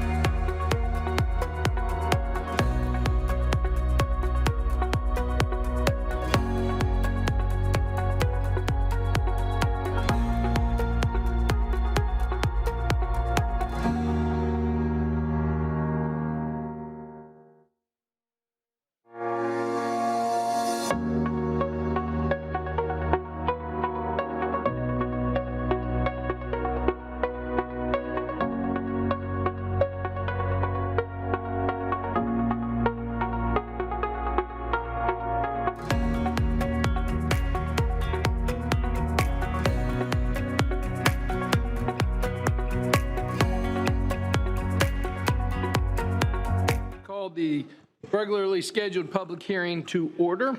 We have 2 items on the public hearing tonight, 14.01, 14.02. Then we will take unagended speakers that have joined us this evening. Welcome to the public hearing. All right, Madam Attorney, 14.01. Item number 14.01 is the first and only public hearing on ordinance number 23-Z-18, an ordinance of the City of Tallahassee, Florida, designating and including additional territory located on .4 acres on the west side of Old Bainbridge Road, approximately 575 feet south of Commercial Park Drive as medium-density residential MR1 from light industrial M1 on the official zoning map of the City of Tallahassee, adopted and established by the City Commission, providing for conflicts, severability, and an effective date. The recommended action is option 1, conduct the public hearing and adopt ordinance number 23-Z-18, thereby amending the official zoning map from the light industrial M1 zoning district to the medium-density residential MR1 zoning district, based on the findings of the Planning Commission, the information contained in this agenda item, and any evidence presented at the hearing hereon. Any ex parte disclosures concerning this item are available via the hyperlink included in the agenda item as published in the board docs system. Thank you very much. All right, Mr. Clerk, do we have any public comment on this item? We have one speaker on this item, Mayor. That is Cheryl Harwood. Cheryl Harwood. Thank you for joining us. Your name and address for the record. You have 3 minutes, and there's a light system right here in front of me. When the light turns yellow, you'll have 30 seconds, and the clerk will remind you as well. And when it turns red, we'll need you to start wrapping it up, please. Before you time me, I need to do this. I want to congratulate Ms. Cynthia Barber and Sergeant Wagner. Sorry to interrupt you, ma'am. Could you speak into the microphone? That way and your name and address, pick it up. Oh, my name is Cheryl Harwood. First of all, before you start the clock, I want to congratulate Ms. Cynthia Barber. She is so awesome. She has really helped me navigate what I need to do for our community. And Sergeant Wagner also, he has been with TPD. I don't know, I know y'all are here, but he knows me, and he has been awesome. Great. People to have in your back pocket. They, especially Miss Barber, she is what Tallahassee is all about. Ooh. And I would like to give her a hand of applause for the City of Tallahassee. And that's why I'm up here. Wonderful. Just So what brings you, people like you. what brings you here this evening? Okay, thank you for being patient. There is a property on Tharp and Old Bainbridge that I went to City Planning Board last month, and they told me what was going to be put there, 20 units. Now I'm hearing 8 because I've talked to so many people, to make a long story short. I'm not against affordable housing, but I feel like the city's putting the cart before the horse. That area is just 2-lane. When you go Old Bainbridge up to 4th Avenue, it goes into 2 lanes. If you put any structures there, it's going to be ridiculous. You're just adding to the chaos that's already there. And I can suggest where the old Winn-Dixie used to be on the corner of Tharp and Old Bainbridge. I don't know if any of y'all remember that. It's not where Planet Fitness is Old Bainbridge and Tharp. And also, I like to suggest affordable housing out there by Killarn. Mr. Richardson, Commissioner Richardson, I want to, you had said something about, well, we have it on the south side, let's put it on the north. Totally agree. How about Killarn? Because there's 50 times more jobs out there, because Tharp Street, that's another issue. We do not have no jobs on Tharp Street. So why is the city putting something there where people cannot go to work? Because that's defeating the purpose. It's like you want to give them a hand up, not a hand out. Does that make sense? So that would be the next thing people will be complaining about. There's no jobs. The only jobs in that area is Publix and what's on Monroe, which is fast food. Okay, that's out of town. I'm getting with some public officials here that what is the city planning to do on Tharp Street for the next year or two when TPD gets put in there? Okay, love to see changes. I'm getting with the code enforcement people about the issues that we're having around there. It's a slow process. I know I'm not the only pebble on the beach, but I just don't want the city, Tharp Street, to be a dumping yard for the city. And we deserve better. We deserve the same things that Killarn, Cascade Parks, Midtown, and y'all are doing a fabulous job on South Side. Please bring it to Tharp Street. I would love for that, how they've got that structure set up down there with going around talking to people. It's awesome. I can go around and talk to my people in the neighborhood, but some people cannot make it up here because they've got obligations. You're at 30 seconds. So I just wanted to commend the city about to the south side, and please bring it to Tharp Street. We would love to talk to people about things. What is going on? What is the future going to look like for Tharp Street? Thank you. Yes, ma'am. Thank you. And right behind you is Mr. Artie White. I don't know if you've had a chance to engage with Artie right behind you. I've talked to this gentleman. Good, yeah. He can Go over with me. Yes, ma'am. He can, especially with transportation patterns, and show you what we've been working on. Also, tomorrow night, we've got a big item coming before the blueprint in regards to sidewalks on Tharp Street. As you know, we've got the police station that's going in right there. And you will also be very pleased to know that we have taken significant steps with affordable housing, specifically outside of Killarn. We did a land use conversion not too long ago with the owner of an entire apartment complex right outside Killarn. So yes, ma'am, we're working hard. Yes, ma'am. Spread the love. Yes, ma'am. Yes, ma'am. Thank you for coming out. We appreciate it. Greatly appreciate it. Yes, ma'am. I wanted to give a hand to Ms. Barber. Yes, ma'am. Sergeant Wagner.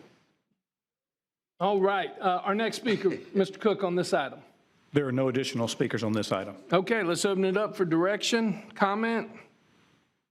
Move staff recommendation, Second. option number 1. Okay, option number 1 is for staff recommendations. It's been seconded by the Mayor Pro Tem. There are viable concerns that was brought up about transportation patterns, and I hope, Artie, that you'll continue to work with our previous speaker on those issues as well. Thank you. All those in favor of the motion signify by saying aye. Aye. All those opposed? Passes unanimously 5-0. We're on item number 14.02, Madam Attorney. Item number 14.02 is the first and only public hearing on ordinance number 23-0-19, an ordinance of the City of Tallahassee, Florida, amending sections 12-93, 12-94, and 12-96 of the Code of General Ordinances concerning regulation of excessive sound, provided for conflict, severability, and an effective date. Recommended action is option 1, conduct the public hearing and adopt ordinance number 23-0-19. The ordinance amends the existing sound regulations to impose sound limits on outdoor amplified sound at establishments which offer alcoholic beverages for sale and are located on property which is zoned central core and within the urban core.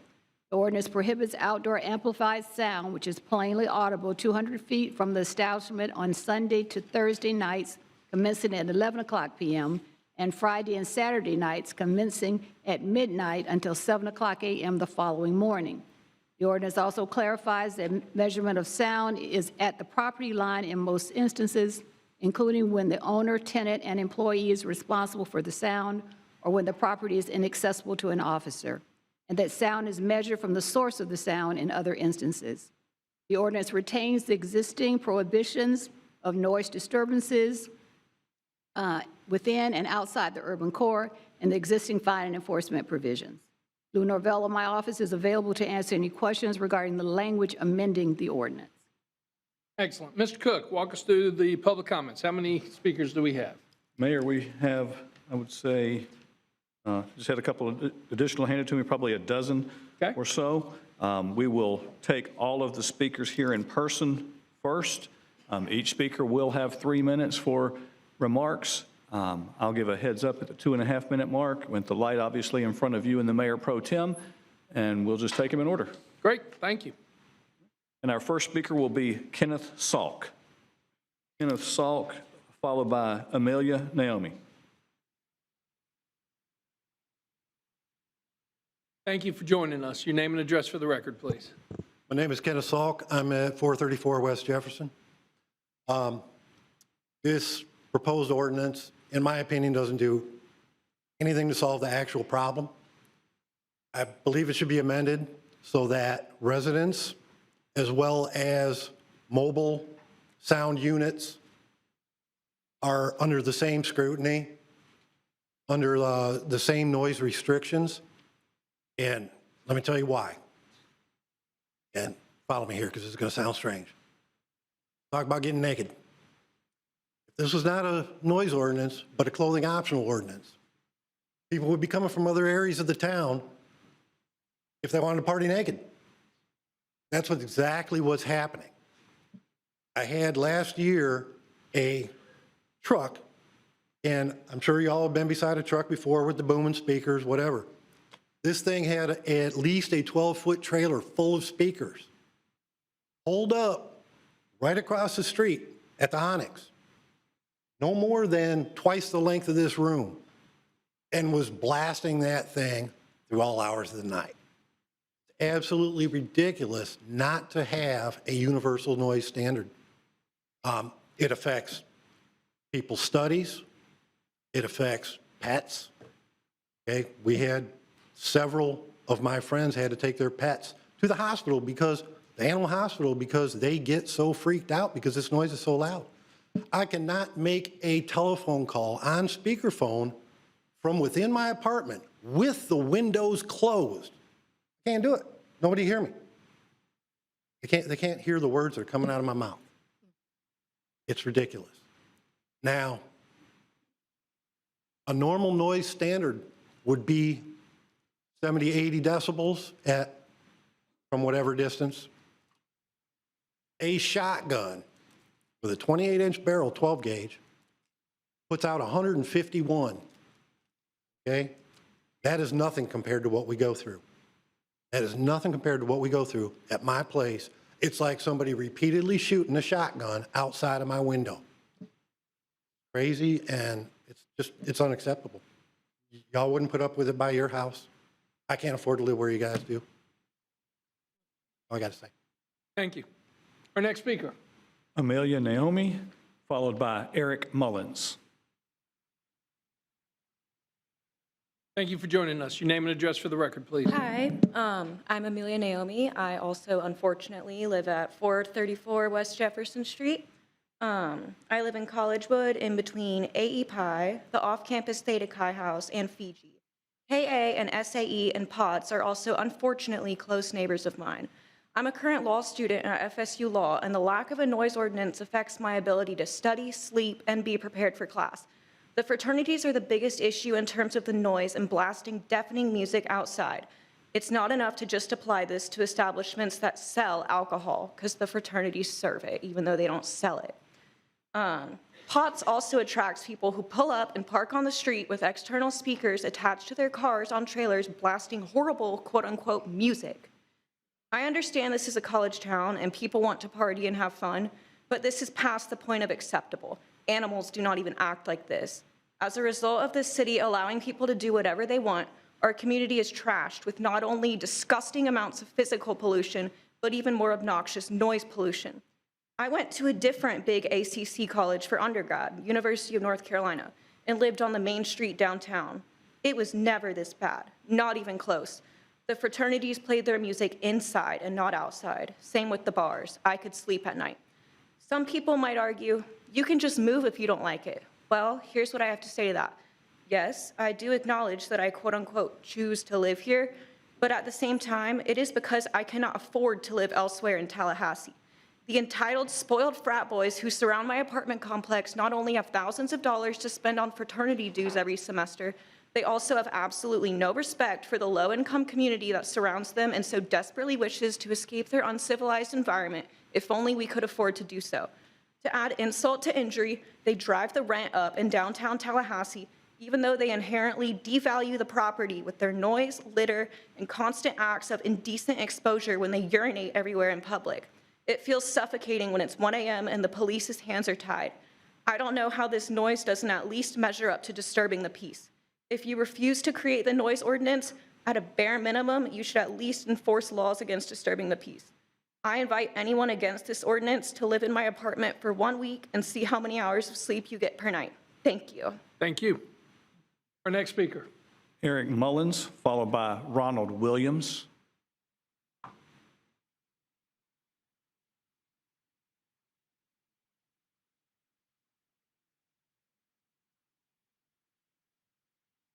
Your name and address for the record, please. Eric Mullins, 600 West Gaines Street. I'm hoping you folks vote for option 2. Let's take a break. Let's look at the data. We hear a lot of thoughts and feelings, and I know the Phoenix South folks are really getting pounded by the noise. But there's other places also. It's not all driven by alcohol vendors. If you're pulling the TOPS data, you're looking at the map, this is fixing like 10% of a problem and not the whole thing. So I'd like to see a review of the actual data. Where's the noise? Where's the problems? But let's get something in place that's addressing that. And if you vote for option 1, I'd still request the same thing. Here in a couple months, let's pull the data, let's look at it, let's see if what we're doing is achieving the results that we want within the broader area, not just the central core. Thank you. Thank you. Our next speaker, please. Ronald Williams. It'll be Ronald Williams next, followed by Jeremy Conklin.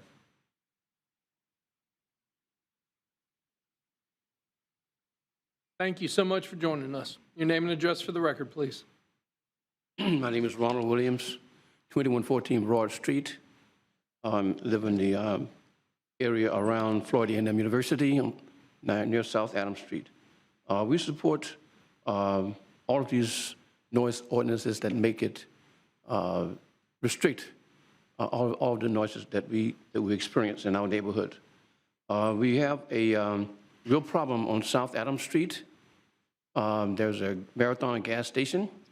There's also a Piggly Wiggly parking lot. There are places along South Adams Street. There are fraternity house parties and there are pop-up student housing parties that really, we've had to call the police several times. And we need to, there are people that will just drive up with their SUVs and open up the back gate with very loud speakers, sometimes just one person, disturbing, thousands of residents. We have people that have to work every day. We have students young people that have to go to school. We have infants, we have seniors, we have students that are trying to do their jobs. We want to have more enforcement of the present laws, and there should be some law such that roving vehicles with their sound systems can be stopped, fined, and prevented from disturbing the peace. All right? All right, thank you. Thank you. Our next speaker, please. Is Jeremy Conklin, and then Dwayne Dungy. Thanks for joining us. Your name and address for the record, please. My name is Jeremy Conklin, and my address is 10671 Lake Ammonia Drive. So I have been a production consultant for Potbellies for the past 5 years. I wanted to thank you first for the opportunity to speak today, for allowing me the ability to offer my perspective on this issue and possible alternatives to the noise ordinance. I want to start off first by assuring the board that I certainly understand that amplified sound in the late hours of the night is undesirable. However, I wish we had the chance to work with the complainants from the inception of this issue. But I feel that the wheels were well in motion for this prospective noise ordinance before we were afforded that opportunity. Upon learning of this issue in late fall of 2022, we immediately took steps to withdraw all additional amplified sound while still satisfying the needs of the artists and clients who had already booked the venue for special events. The steps we have taken to lessen any disturbances include reducing the overall sound pressure levels by 6 dB, which to the human ear is perceived as 1/2 volume, experimenting with speaker placement to determine whether rerouting the noise was of benefit, and foregoing extra subwoofers for concerts. This decision greatly improved the sound travel because low frequencies travel the furthest and always create the most disruption. I've worked extensively, both in-house and with artists booked, to modify operations to lessen any possible disturbances. But what we're finding difficult to navigate is the lack of clear boundaries by way of a decibel limit, rather than just a subjective too loud, with very little guidance. There has never been a single complaint that we refused to immediately address, or a boundary presented to us that we refused to comply with. Instead of relying on subjective judgments, which constitutes an unreasonable noise level, I urge you to consider using measurable numbers such as a decibel limit to regulate noise levels. Decibel limits are objective and tangible, and they can accurately be measured using sound meters. This would provide a clear and consistent standard for everybody to follow, which would help to prevent confusion and disputes. In addition, using a decibel limit would allow businesses and residents to better understand what is expected of them in terms of noise levels. It would also give us an opportunity to hire sound engineers, which will require scientific numbers and data to use as their base to ensure compliance with the ordinance.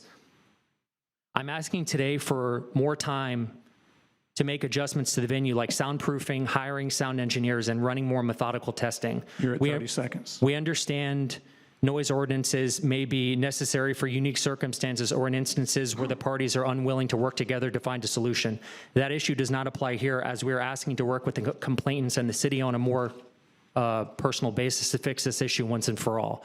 We're asking for a delay on this decision today to helpfully collaborate and help compromise for all parties involved. Cutting off 2 to 3 hours of a night may not seem like much in the scope of a 24-hour day, but for a venue that opens up at 9 p.m., it's nearly 50% of its business hours. Thank you very much. Thank you so much. Appreciate it.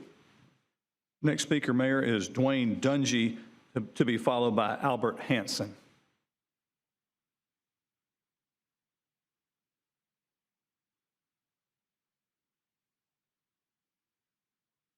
Thank you for joining us. Your name and address for the record, please. Dwayne Dungy, 5894 Stoneleigh Road. Suppose it's good that I'm speaking after Mr. Conklin, because I'm the production manager at Potbellies. Over the course of the past 25 years, I've worked at every club in this town. So my perspective is one of corrective. What can we do to solve the problems? What can we do to to not cut off our nose, spite our face. You know what I'm saying? One thing, excuse me. We had a complaint from Gaines Street. I'll leave the business unnamed, but saying that they could hear our PA on a Wednesday night. I went down there today with our PA playing in max volume. I have video of it as well. You cannot hear it. That's kind of one of the things he's alluding to, that there are complaints being made that are not provable. There are, we really haven't been given the opportunity to correct these things, just accused of doing these things.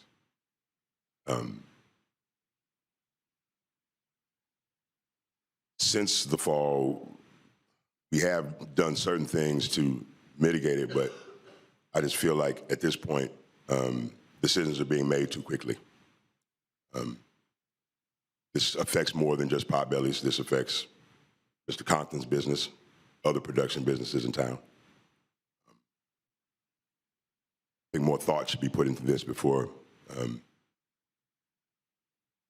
it goes too far, because then what happens next? If it's just, if I don't like the level of your music, or I don't like the type of music, or whatever, where does that stop?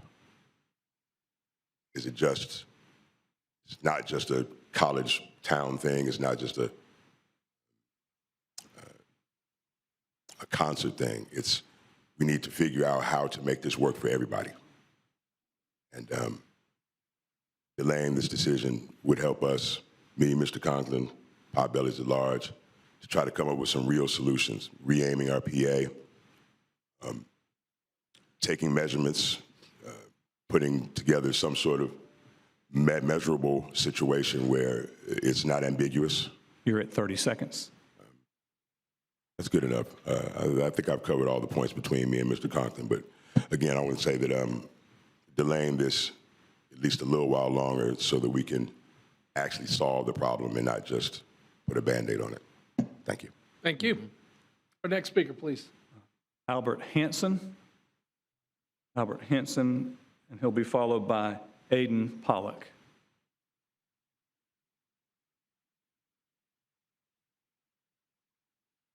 Thanks for joining us. Your name and address for the record, please. Albert Hanson, and 300 South Duval Street. My name's Albert Hanson, and I'm the Director of Operations for Main Street Entertainment, and I've overseen the company for the last few years. I'm originally from Pensacola and came to Tallahassee for school when I was 18 to attend the Florida State University. I started working for Mr. Gilbertson as a security guard and worked my way up through the company and during my time to pay my way through college. Over my years here, I've seen Tallahassee grow so much. I remember when college town with nothing but dirt and warehouses. I've seen wonderful businesses arise and be created by the incredible economic growth within the city. I myself started a business here in town during college and decided to root my adult life here after it. The future is bright for the city, and I see a time in the near future where more postgraduates will inevitably decide to root their post-college years here too, as more of these developments continue to improve our city. I believe in the city so much so that I've decided to commit to purchasing the business from Mr. Gilbertson so he could retire and I could continue building upon the 29 years of history here in the Big Bend. Part of my plan for purchasing the venue includes a 7-figure infrastructure plan that would enclose the outdoor portion of our property. I'm more than willing to incorporate sound mitigation design into the building permitting process. Myself as the investor and the bank in turn will want to ensure that our investment into the property will meet any current and future laws, regulations, and ordinances, and ask that there be specific measurable parameters in place so that we can ensure our investment is sound, no pun intended. In my time operating the company, I had no idea at all that there was an issue for others downtown, as no one made me aware of them or reached out to me outside of maybe one instance. In my years, the only correspondence that I've had was just a forwarded email. Post-COVID, a heavier emphasis was put on our outdoor space for social distancing purposes. I became aware of the issues only in the last meeting held before this ordinance was presented to the committee here. Those I've worked with since, I haven't heard any complaints from. I restricted any outdoor sound coming to our venue for any event, no matter the time of day, and I've committed to all ticketing concerts ending earlier in the evening moving forward. I've always been willing to find solutions, but no one can solve problems that they're not aware of. I want to be a good neighbor and business to the community. And I'm just asking in good faith that be done the same in our direction. I'm asking for specific tangibles to be included into the ordinance so I could bring them to our engineers and ensure that the investment we're looking at for downtown Tallahassee can stand strong for another 29 years. So I'm looking for an extension here. Appreciate you guys' time. Thank you very much. Thank you. Our next speaker, please. Hayden Pollock, and then Patrick Rowe.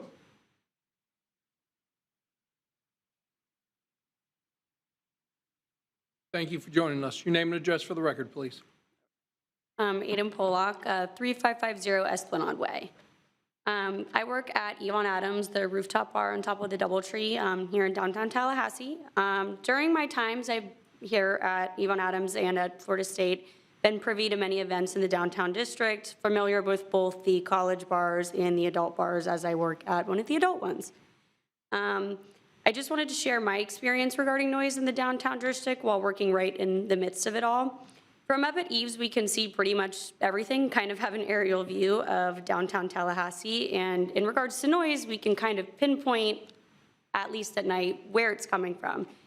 I've never really heard firsthand from any of our guests complaints about the noise, whether it be during the day hours when they're eating outside in the patio, having dinner during a happy hour, which is a pretty lively time in downtown Tallahassee, or late at night when the fraternities are having parties.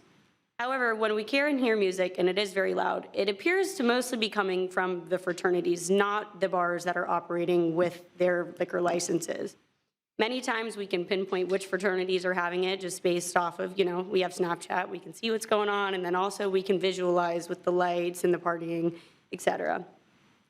I know Potbelly's has been a business that's been mentioned and possibly affected by said noise ordinance. I can say personal experience-wise, me, coworkers, what we see, at least on those nights where the music is really loud, it's not coming from them.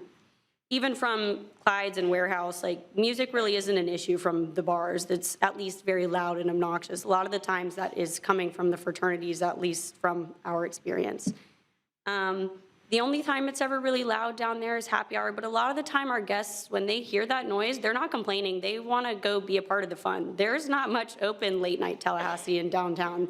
So a lot of our guests that come up, whether it's the lobbyists or it's politicians or it's just business people here in town, they want to go enjoy a drink after we close early. They want to know what's going on. They hear that noise, they're like, I want to go join and be a part of that. So I just wanted to share my experience as someone working at one of the bars that's kind of outside of the ordinance, but in the same area, but our experience with that. Thank you. Thank you. Our next speaker, please. Next speaker is Patrick Rowe. Then we'll hear from George Johnson.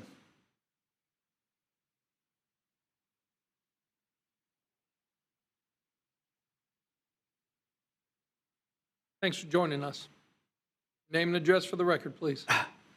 My name is Patrick Rowe. I live at 215 West College Avenue in Tallahassee, apartment 301. And I think the argument that was presented that there hasn't been enough time and people haven't been warned simply is not true. We have had a number of meetings here and outside this chamber. What is going on has been in the newspaper, in the Tallahassee Democrat, and many meetings. This has been going on months and months. We have come and spoke to you many times. So there's been plenty of discussion, plenty of time for people to express their opinion. And Mr. Mayor, I think at the last meeting, not the last, but the one before, something you said was very wise, that at a certain time, take the music indoors. Up to a certain point, outdoors is fine. But keep the music going, just take it indoors. Take it so people can study, people can sleep. So I know there are people who want a more severe ordinance, which I would not object to. But I think if we pass this ordinance and there are still issues down the road, this isn't like Moses coming down from Mount Sinai with the 10 Commandments. We can always amend things. We can change things in the future. But I think the ordinance that is being proposed is a beginning, and it's been discussed at great length And we've presented evidence a number of times that there are ordinances in other cities where there are districts set aside for entertainment. So I'm in support of the ordinance. I think we should pass it. And everybody has had time to express their opinions, going on months and months and months now. So my opinion, thank you very much for listening. Thank you. Our next speaker, please. George Johnson, and then Dan Gilbertson will follow. Your name and address for the record. Thanks for joining us. Thank you. It's George Johnson, speaking on behalf of Barclay Engineering. It's 2840 Remington Green Circle, Suite E, Tallahassee, Florida. I'm basically asking for more time on the ordinance and more of a measurable. As Dan Gilbertson is one of our clients, we worked with Dan for several years on various projects on College Avenue. Various projects, infield projects, including Sigma Alpha Epsilon Fraternity House, restaurant, Potbellies, and various other projects at Painted Lady. Dan has spent significant time and investment in the College Avenue area and the downtown area, trying to make it a better environment for the city, making it more of a downtown environment, more of a 14-hour day. I think it's important that he gets the opportunity. He's also trying to do more to try to make it where he can observe these ordinances and be accommodating to everything. We've been working on different architectural and engineering options for the past couple of months and years for trying to figure out a way to enclose the space but not still give it the open feel, but still make it where it's operable and still have the downtown feel, College Bar type feel. So basically, I want to try to figure out if we could slow this down a little bit so we can get a little bit more schematic design going, design development, so we can meet with the city, give them some plans that we start developing, and then give them an idea of how we want to try to block the sound, even including working with sound engineers to try to make it where it's still pleasant for the surrounding community. So in the meantime, we're going to try to do some scenarios to make it where everything fits, but we want a little bit more time so we can make it so it's not just a hodgepodge of things. We want to make it where it's a nice thing. It doesn't look like it was just slapped together just to meet the ordinance. We want to make it something that Tallahassee can be proud of, but also still meet the requirements and people still want to go there, and it's not a crazy investment, because then he could go somewhere else, and then we have a big hole in the city. So again, this is George Johnson, and that's my comments. Thank you. Our next speaker, please. Dan Gilbertson is next, and then Greg Uchok.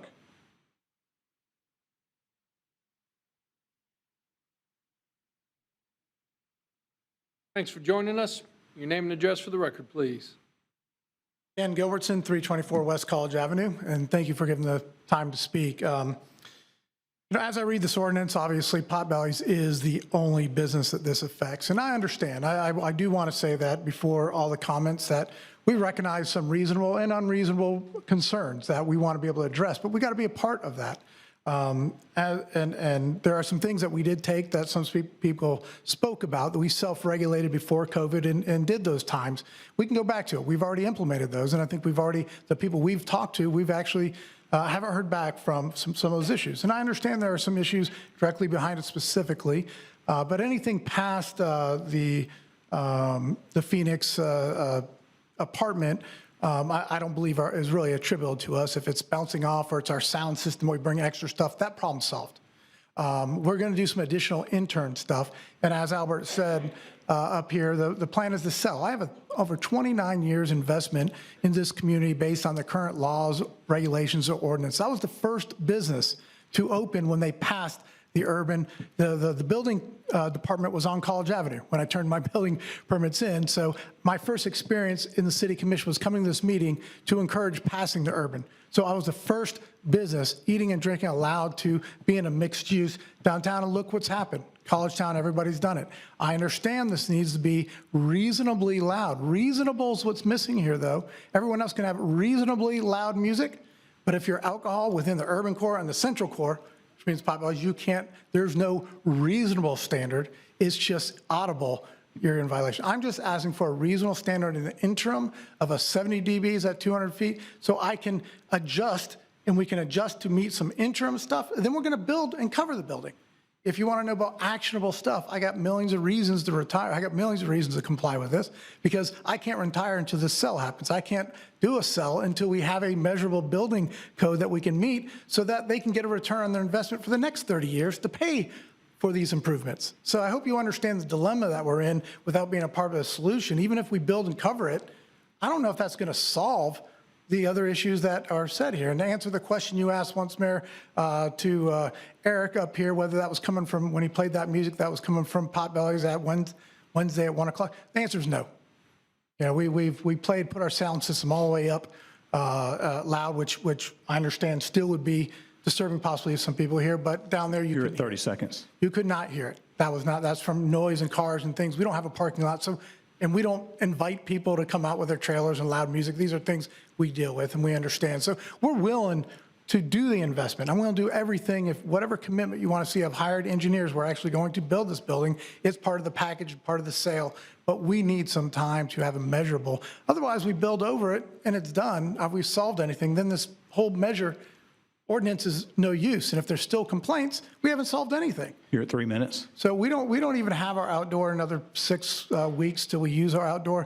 I'll meet with everybody, even people that may not agree or think we can ever. I want to solve everything. Albert wants to solve everything. He doesn't want to. He wants to be here for another 30 years. So please, option 2. Thank you. Thank you. Our next speaker, please. Greg Uchok, and then Helen Johnson.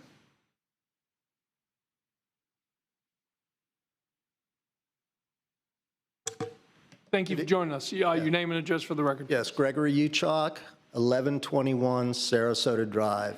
I'm also the president of the Woodland Drives Neighborhood Association, which consists of approximately 500 families. Woodland Drives is the neighborhood that is wedged between Myers Park and Indian Head. And we hear a lot of the sound that comes from this area wafts right up the hill. So I would encourage this commission to adopt a stricter noise ordinance, one that's based on common sense and reasonableness. You still have a problem. It doesn't matter that you designate an urban core or a non-urban core. The sound doesn't care. It just keeps on moving. So that's number one. We have a lot of families with kids, elders, et cetera, and their sleep, their peace and tranquility, and their quality of life is being disrupted by this noise. When I moved to Tallahassee in 1977, I lived in the shadow of Doak Campbell Stadium for 8 years. I cannot recall a time, not one time, except for when the Marching Chiefs or the FAMU Marching Band was practicing, or there was a game, when there was noise that I had to call the police on. That is not the case today, commissioners. It happens all the time. So I would say to you and this entire commission, this community, when did it become permissible to blast loud music throughout the city with impunity? When did that happen? When did that happen in Tallahassee? I'd like to know. So just to close, I would encourage you to continue to apply common sense to this problem. I've heard about reasonableness. I've heard about standards. Decibel levels, those are all very important, but you need to get to the bottom of it, and you've not gotten to the bottom of it yet, okay? It's still a problem. These pop-up parties, you've done a great job. My hat's off to TPD for what they're doing. They're doing a great job, but they still happen from time to time, but I think they've been very responsive to that issue. But I would say that you are in the middle of a work in progress, and you have more work to do. Thank you. Thank you. Our next speaker, please. Helen Johnson, and then Pierce Rawling will follow.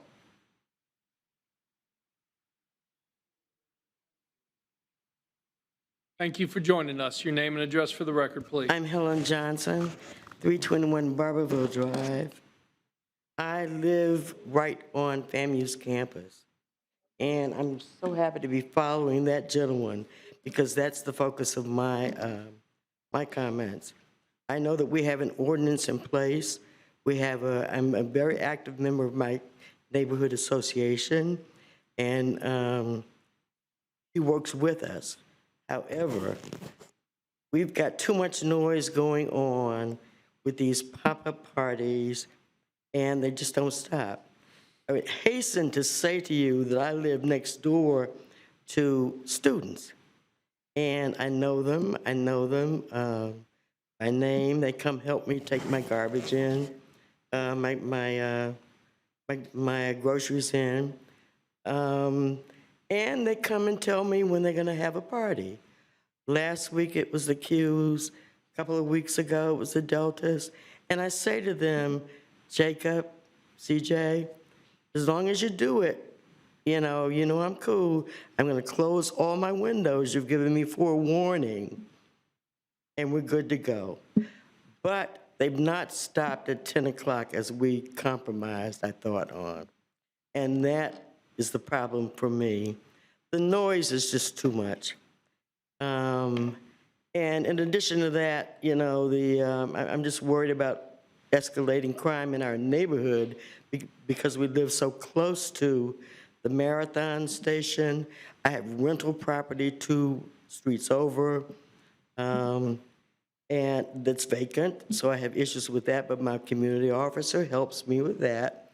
But I'm really, really concerned about residential neighborhoods and the ordinance. Some of the music, I can live with it, but, I'm willing to compromise.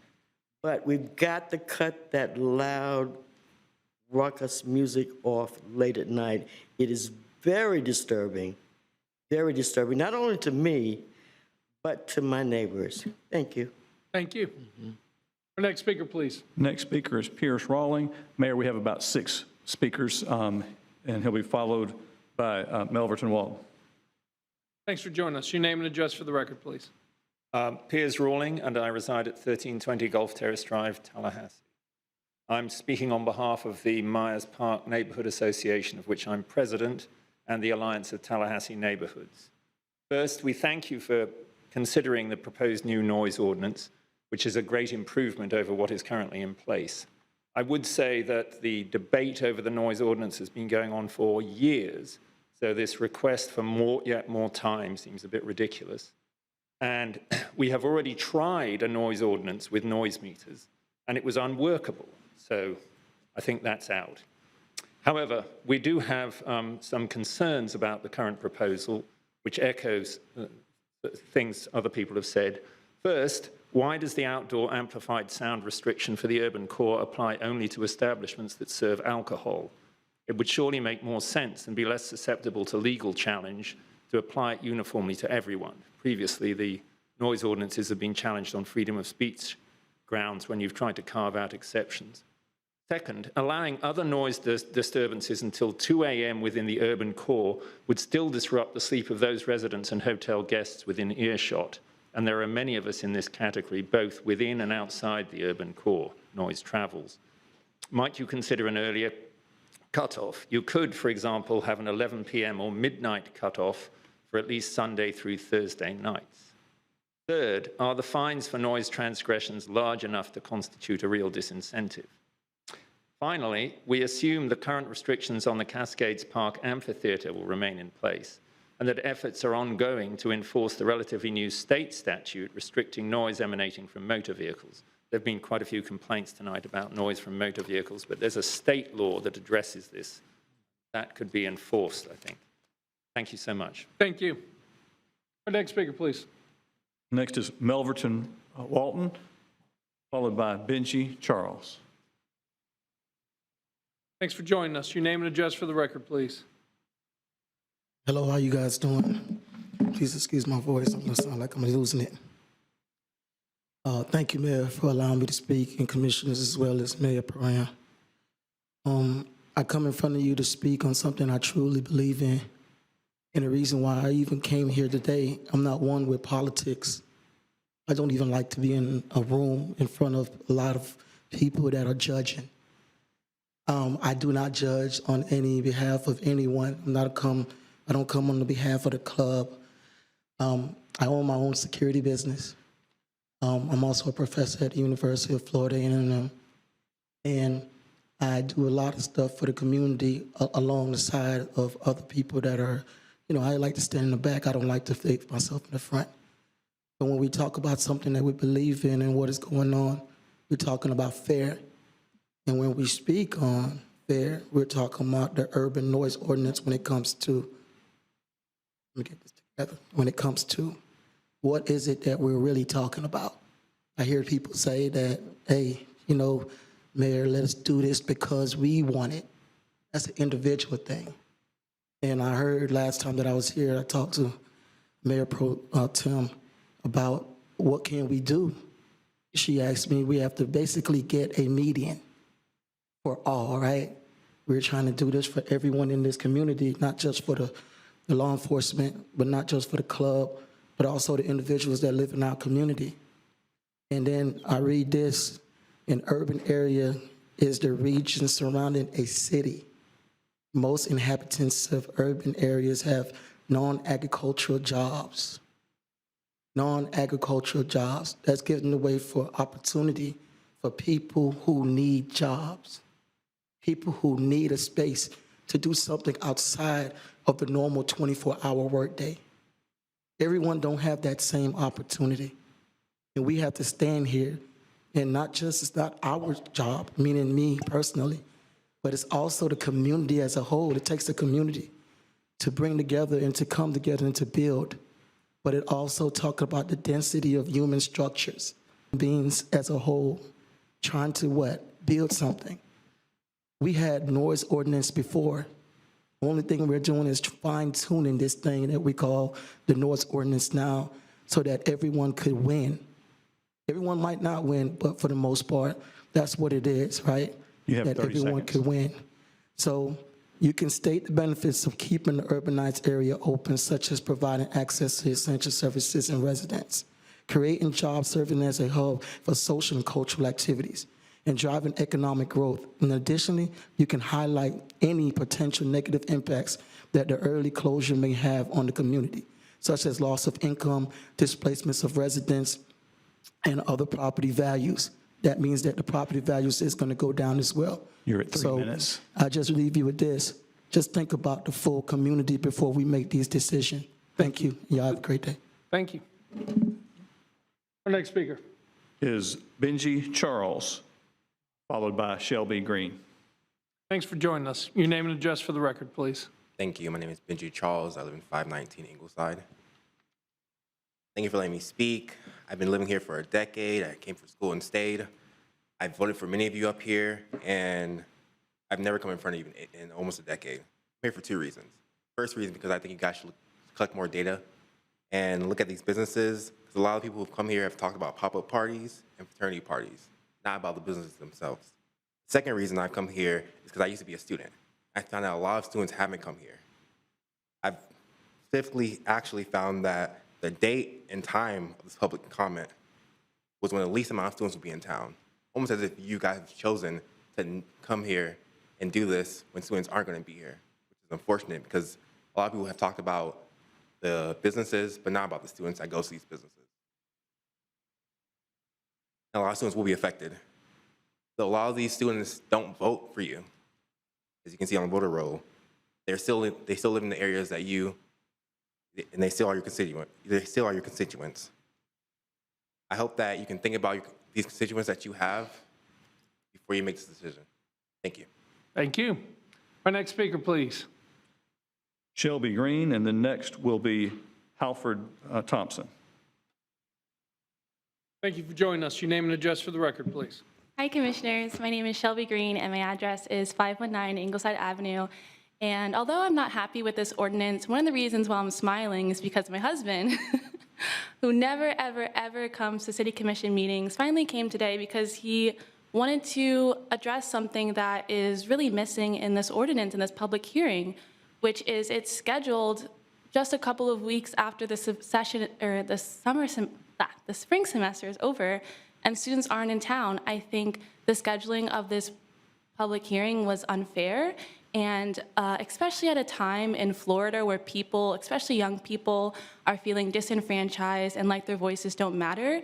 I think this scheduling of the public hearing is just another example of limiting and restricting the voice of students. So I hope it wasn't deliberate, but I do hope that in the future, when ordinances are scheduled that definitely impact the student community, that their schedules are taken into account, and that these ordinances are scheduled at a time where they are in town and they can participate. Because as we all know, public participation is so important, and that is what drives our democracy. So that was my first issue with this ordinance.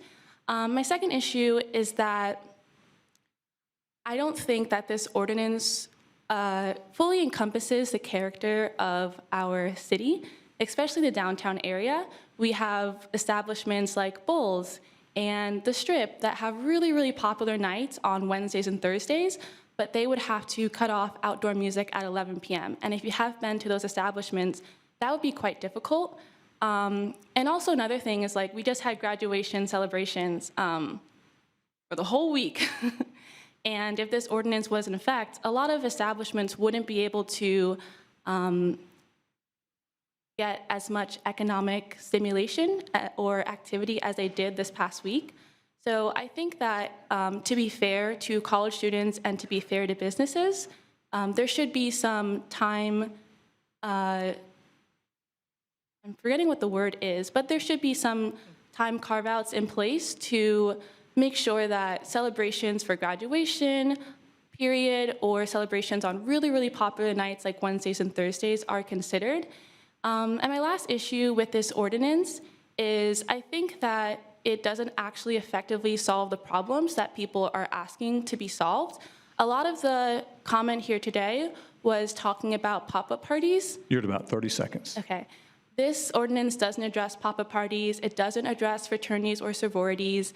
And I think if you have more restrictive ordinances like these, it could actually impact the business of these downtown establishments or clubs, and that could increase the number of parties that are hosted outside of walls.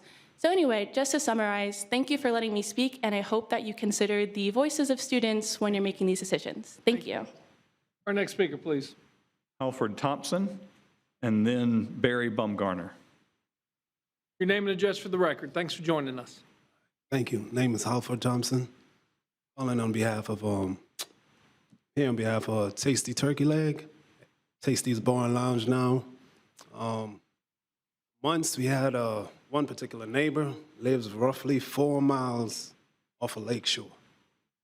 Call the cops on us every time we do an event. Half the business is inside, half is outside. No sound travel, roughly 767 miles an hour. But to say my base is dropping plates off your wall, you live in 4 miles away from my establishment. Every weekend we do something. This is Sundays alone. We do a day party pretty much 3 o'clock to 8 o'clock. We just put it at 9 o'clock. We still have cops calling us. We were embarrassed by a cop that came, issued us a citation. We have to pay $250. Prior to that, we had 3 cops came out. I sent them close to where this man lived. I said, can you hear the noise? They said no, but here comes this other cop. I said, did you go over there at Lakeshore where this complaint is being levied on us? He said, no, I just went around the building, and according to the stuff you guys got, so long he could hear the noise 100 feet from my establishment, so long somebody call, we have to pay a fine. I don't deem that's right. I mean, I hear people complaining 10 o'clock. Gosh, I wish we could go till 10, 11 o'clock. We cutting our stuff off 8 o'clock, yet still we had fines levied on us. We went from a daycare, we suffered through this whole mess. We turned into a restaurant, we suffered. We finally found a niche. I'm a father of, wife is right here, I got 11 kids. This is all our money is dumped into this thing right here. And the rate it's going, we might have to fold 10. Might have to fold up 10. I don't deem this is right.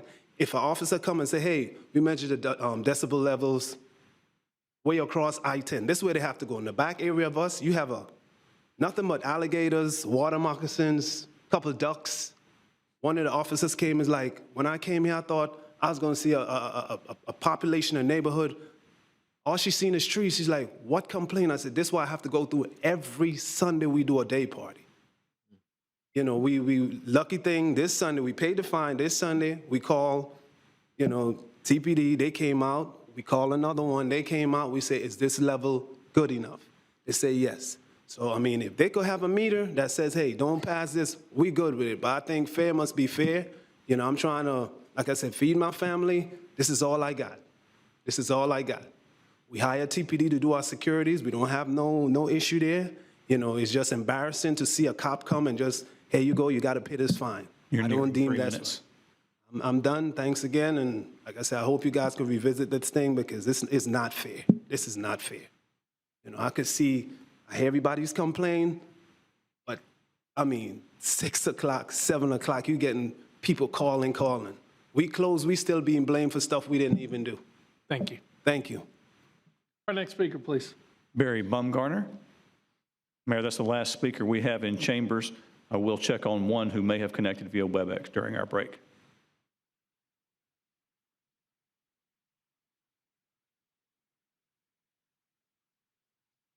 Thanks for joining us. Your name and address for the record, please. Barry Bumgarner, 502 West Jefferson Street. I'm one of the principals of Phoenix South, a property management company that has 350 apartments in the downtown area. In December of 2015, I came before this commission and spoke about the last time you were considering changing the noise ordinance. And at that time, I was speaking about my concern that you were stripping away the protections of my residents or any noise protection because they were now part of what's become known as the urban area. And as you are aware, since 2015 until tonight, those residents have not had any opportunity to sleep and study and have any peace in their apartments like anybody else in the city does because of where they're located. The action the City Commission is taking tonight, hopefully, is addressing that. You know, the issue is outdoor amplified sound. We don't care what goes on indoors. We care about what goes on outside that keeps people from being able to enjoy a reasonable quality of life. This isn't a complicated issue. We don't need more time to study this. This is a very simple issue. If you don't make excessive noise, it's not a problem. All we're asking is let's let people be able to live in an 18-hour downtown. You know, when you go to New York or San Francisco or other major cities, these aren't issues. They have 18-hour downtowns, but they don't have speakers the size of semi-trucks out on the sidewalk, outside. Noise is inside. One thing that I'd like to point out is it's important to remember the area we're talking about, it's always been residential. If you look at the first aerial maps of Tallahassee, I think they go back to 1926, this is nothing but a residential area. If you look at all the aerial overlays since that day, it's still residential in character. The residents are the majority stakeholders in this area, not non-residential enterprises. We appreciate the Commission's willingness to address this issue. It's not perfect. It doesn't make everybody happy. There are things I'd like to see that it doesn't do, but it's a great start. If it doesn't solve all the problems, I'm sure the Commission can tweak it and look at it in a few months, but we appreciate your willingness to do something with it. Thank you. Thank you. Our next speaker, please. Mayor, we have Haley Amundson connected, and she is the last speaker we have on the item. Hi. Hi, your name and address for the record, please. My name is Haley Amundson. I live at 415 St. Francis Street with the Citizen Committee on Noise Pollution and the All Saints District Community Association. If Tallahassee wants to attract young professionals, we must have a universal sound ordinance. I am discussing my concerns regarding this ordinance. While I appreciate the city's efforts to regulate noise, I believe the proposed ordinance falls short in many ways, which is why I'm advising you to conduct a 6-month review of the noise ordinance to determine its effectiveness if option 1 is passed today. My preference is option 2. One of my main concerns with the proposed ordinance is that it only regulates places that sell alcohol. There are a lot of frat parties in Tallahassee, especially downtown near the universities, that generate a great deal of noise and are a nuisance to the neighborhoods. We still need a noise ordinance that regulates noise pollution across the entire urban core, not just in places that sell alcohol. I'm also concerned that the proposed ordinance will only affect 47% of the urban core, even without the alcohol rule. A lot of the urban core that is not in the central core. So this change would leave 53% of the urban core with unregulated noise until 2 a.m., a lot of which is residential. If we want to improve the noise issue, we need to regulate the entire urban core and not leave parts of it unregulated until 2 a.m. All we are asking for is something that's fair. The rest of the city gets a noise ordinance, quote, at all hours, while the urban core must suffer until 2 a.m. This ordinance has been reported as 11 p.m. and 12 a.m. in the urban core, which would be awesome if this were actually the case. Unfortunately, most of the urban core will remain unregulated until 2 a.m. with this new ordinance. This will not help the city regulate house parties and parking lot parties, which is also a significant issue in the neighborhoods downtown. There is nothing in this rule that makes residents playing loud outdoor music take their sound equipment inside. We just want peace in our neighborhoods. It is essential to recognize that we want to live downtown, but we also want reasonable quiet hours. We are not going to have multi-generational families living downtown if we don't let people live here with reasonable quiet hours like every other city in America does. We need to find a balance between a vibrant city and peaceful living environment. As a homeowner downtown, I would go with option 2 and direct city staff to provide more protection for the residential areas. However, if option 1 is approved, we need to ensure we have a 6-month review. Therefore, I would ask the City Commission to have that 6-month review today if option 1 passes. This review will allow the city and its citizens to determine if the proposed ordinance is effective and whether any additional changes need to be made to improve it. We need to make sure that we continue to regulate noise in a way that attracts people to live downtown and have fun downtown. I want to thank you all so much for working with you. I really do. And I want to thank Cynthia Barber as well, definitely. Thank you all for your time. Thank you. Seems to be Cynthia Barber night tonight. Rightfully so. Our next speaker, Jim. No further speakers on this item. Okay, no further speakers. Let's open it up for discussion. Let me start off by saying there was a comment made in regards to the structuring of the time of the public hearings and neglecting the student voice. This is not the first public hearing we've had. In fact, we've had many students that have participated in the public hearings, and we have been talking about this issue now for about 1.5 years.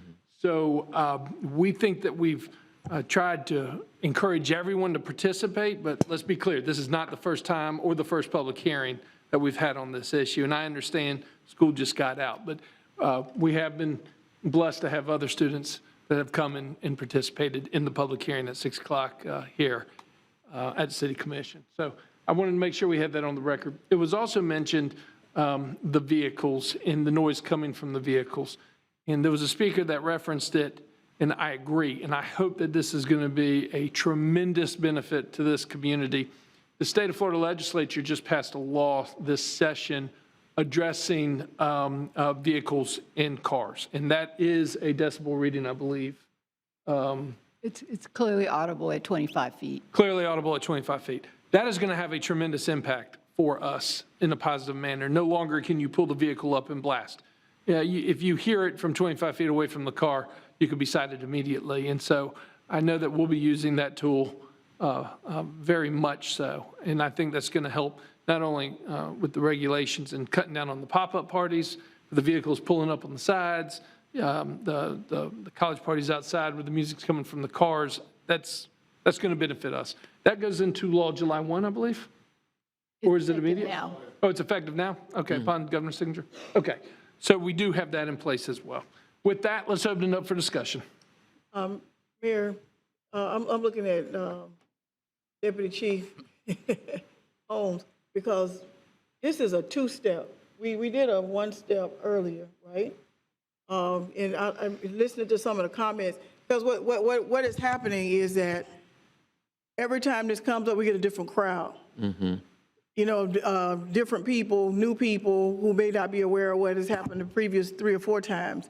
And so if it's okay, I would love for Deputy Chief to come up and walk us through where we've been and how we got to where we are, and what he's seen since we put the first step in place, because there are those here who may not be aware of what has occurred prior to now. DC Holmes, thanks for joining us. Yes, sir. Thank you, Mayor, City Commission. Thank y'all for having me. Can we get the projector turned on? So where we are is, we are pretty much a year into having a noise ordinance. A noise ordinance that we, as law enforcement, can enforce. We've been enforcing it since it was voted unanimously by the commission for us to enforce. And to be honest, it's gonna take a while before we're able to get this under control. Just want to throw some stats. I pulled the numbers for noise complaints for the last 6 months.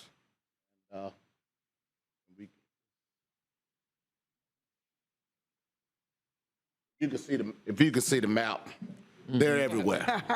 Okay, it's not just the urban core. They're everywhere in the city. We're talking about since November the 7th of last year to the 7th of May, we've had 1,778 noise complaints in the city. We've enforced this with 49 verbal warnings. We've given 3 written warnings, 15 traffic citations, which is the new 316-3045 state law, and did 13 city ordinance violations.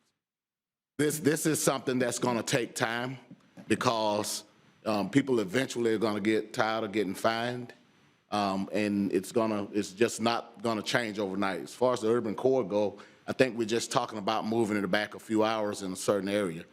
So it's not a new ordinance that's coming. This is an ordinance we've had in place now for over a year.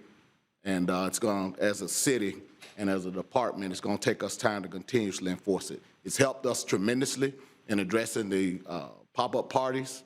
We're able to address those now. We're not able to stop them because people are going to still gather, but we at least have the tool and the teeth to now go in and end those pop-up parties and have those individuals leave to restore some type of quality of life for those individuals that are complaining. So it's going to be an ongoing issue, and until we get to the point where everyone has a full understanding that it's going to be zero tolerance as far as quality of life disruption from noise, and the fines get to the point to where they're going to get tired of paying those amounts of money, then we should see a significant reduction across our entire city as far as these noise violations. I hope I answered your question. DC Holmes, I got a question for you. Yes, sir. Whatever happened to the party patrol? I remember when I was on campus way back when FSU PD had the party patrol. And if you were too loud, they would show up at your fraternity house, at your house party or whatever, and they took care of business. Are they still running the party patrol? Do they still have a unit similar? I mean, that's just a title, but you understand what I'm saying. FSU PD had a strong presence with the Greek organizations and with the student parties that were taking place. I'm not familiar if FSU has that type of operation going on, but we had the loud, what do we call it? The task force. It started out where we had FSU, Leon County SO, and us involved. Of course, it peeled off and just turned into us. And basically, we were chasing those pop-up parties all over the city. And with this new noise ordinance, we've been able to eliminate most, if not all, of those pop-up parties. But noise is something that's going to occur because, as you know, this is a college town, it's a party town, and people, just basically have been allowed for such a long time up until we started enforcing it to just have, free reign at blasting their music loud as they want, causing continuous disruptions of quality of life. So this is something that was allowed to build up, and it's something now that we have to address, and it's going to take us consistency and proactively enforcing before we see a significant drop in these violations. My next question is that there's been a number of meetings that you, Deputy City Manager Barber, people from residents downtown, business owners, attorneys, Lou. There have been a number of meetings, and this ordinance that we're working on now is the result of all of those meetings and basically creating, in my mind, because this is how I think, a Venn diagram. You know, some want this, but this is where we can almost have agreement here in the middle, and we're trying to find that happy medium. And, you know, I'm disappointed to hear that the folks who are here tonight, whom some I've not seen before, but that's okay. You're engaged now, are saying that that's still not enough. But that's why I wanted you to come up because, and Lou, you too have been involved, so maybe you can help provide some narrative. We've gone from, you know, 0 to 55 to try to find a happy medium. It's not like we just popped up and just say, this is it. The city attorney's office has been involved, and, you know, Lou, can you, if it's okay, city manager and city attorney, that Luke, you can come and talk to us legally about what we have done and how we've gone from, you know, some folks saying that something was unconstitutional to we're making sure that it is constitutional and trying to make sure all our I's are dotted and our T's are crossed. Yes, Commissioner. So this has been a process that's been going on for years. We had the state Supreme Court that struck down a state law that used to be a tool. So back in 2015, this commission adopted an ordinance. It was decibel-based. We did training with the police department. There was difficulty in using the meters. The meters were expensive. And then last year, you went to the plainly audible standard, which has given TPD a lot more flexibility in enforcing the sound ordinance. We've had a number of meetings with citizens. For years, we've heard from the hotel operators. We've walked downtown with sound meters. At one point, we had a sound engineer that was retained by the city to look into this. So we've looked at all those things. I think you had meetings about this going back into the fall. We had citizen meetings with citizens, the manager's office. You've heard this a number of times, so this has certainly been an ongoing process. And this may be my last question. I just know that we have done a lot of work. You all have spent lots of hours, even to the point where you heard the resident giving accolades to Deputy City Manager Barber, because in the middle of the night, she gets calls and she's gone to where the issues were, and you all have as well, TPD. The offer to now to do something, to do some things to help fix some of the concerns. I'm just concerned that this offer didn't come earlier in the process. Because where we are now is between an introduction of an ordinance to now looking at adopting one. And so now we're saying we need more time, but we have been doing this a long time, and I'm just wondering why were we not offered the opportunity to enclose and do some other things several months ago before we got to this point? So I know that Mr. Gilbertson has been involved. I mean, I've spoken to him. We've sent him materials. He's been involved in some of our meetings. I know the hotel operators have been communicating with him. So this has been an ongoing process. I know that we were having meetings back, I believe, in December about this issue. Yeah. So thank you for answering my questions. Commissioner Richardson. Thank you, Mr. Mayor. Lou, you might want to stay at the podium because I think the question that I have is a legal one, or Madam Attorney, if you'd like me to pose the question to you. Why did we limit or restrict the ordinance to only those establishments that sell alcohol? So, Commissioner, this was a process where we heard from the citizens. We looked at the issues, and at least based on those meetings, the harm was coming from establishments that were in that corridor within that zoning district that had the outdoor speakers. So we're trying to incrementally address the problems. Again, we think that the state law, the that TPD is enforcing against the vehicles is going to solve a number of the other issues, the stationary vehicles, the pop-up parties. And so this is taking an incremental step to try to fix a different issue. Okay. And then we've had people talk about the fraternity and sorority parties in neighborhoods, FAMU, along College Avenue. Is TPD able to address those issues under the current ordinance? So the ordinance as it's drafted for your amendment is limited essentially to those establishments within that zoning district that are serving alcohol that provide the amplified sound. Otherwise, the ordinance outside the urban core remains the same, but we would still have the 2 o'clock standard within the urban core. I'd have to So for instance, and I've been impacted by this as well, I live not far from the Piggly Wiggly Shopping Center parking lot. And from where I live, which is about at least a half, 7/10 of a mile from that parking lot, it's almost like those speakers are in my bedroom. It is so loud from that distance. So could the police department at 9 p.m., if that music was so loud in that parking lot, come and shut down that type of activity under the current ordinance, even though it's not in the urban core?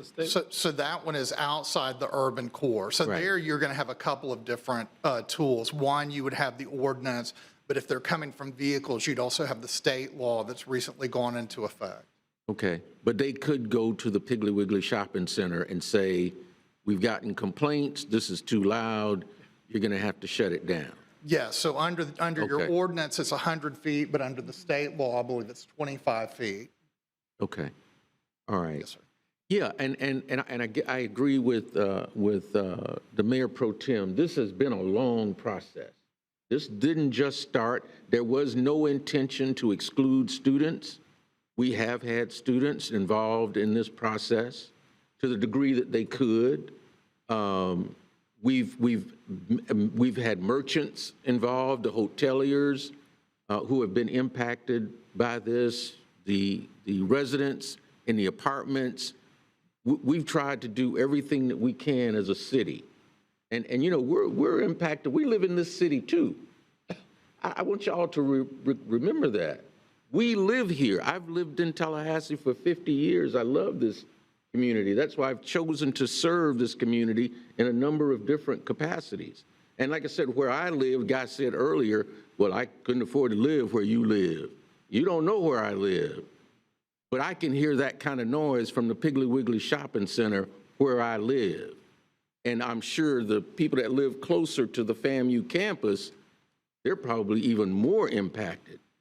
So we're trying to involve as many people as we can and address the issue, the primary issue that's been brought to our attention. Now, and I know that everybody has had notice of these meetings and could have been involved and participated if they wanted to. If now they've changed their mind and decide they want to abide by what the ordinance requires, I'm okay with giving additional time. But I would like to see us adopt the ordinance and maybe delay the implementation date for 60 days, 90 days, whatever is most appropriate, whatever you all would suggest is appropriate, but that we have an ordinance in place. Because we cannot let this kind of noise go unabated without addressing it in some way. And so I think what we've got is a good first step.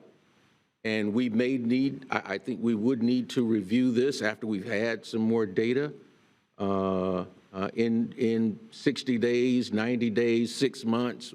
Again, whatever TPD thinks is most appropriate to give us some more exact direction on this.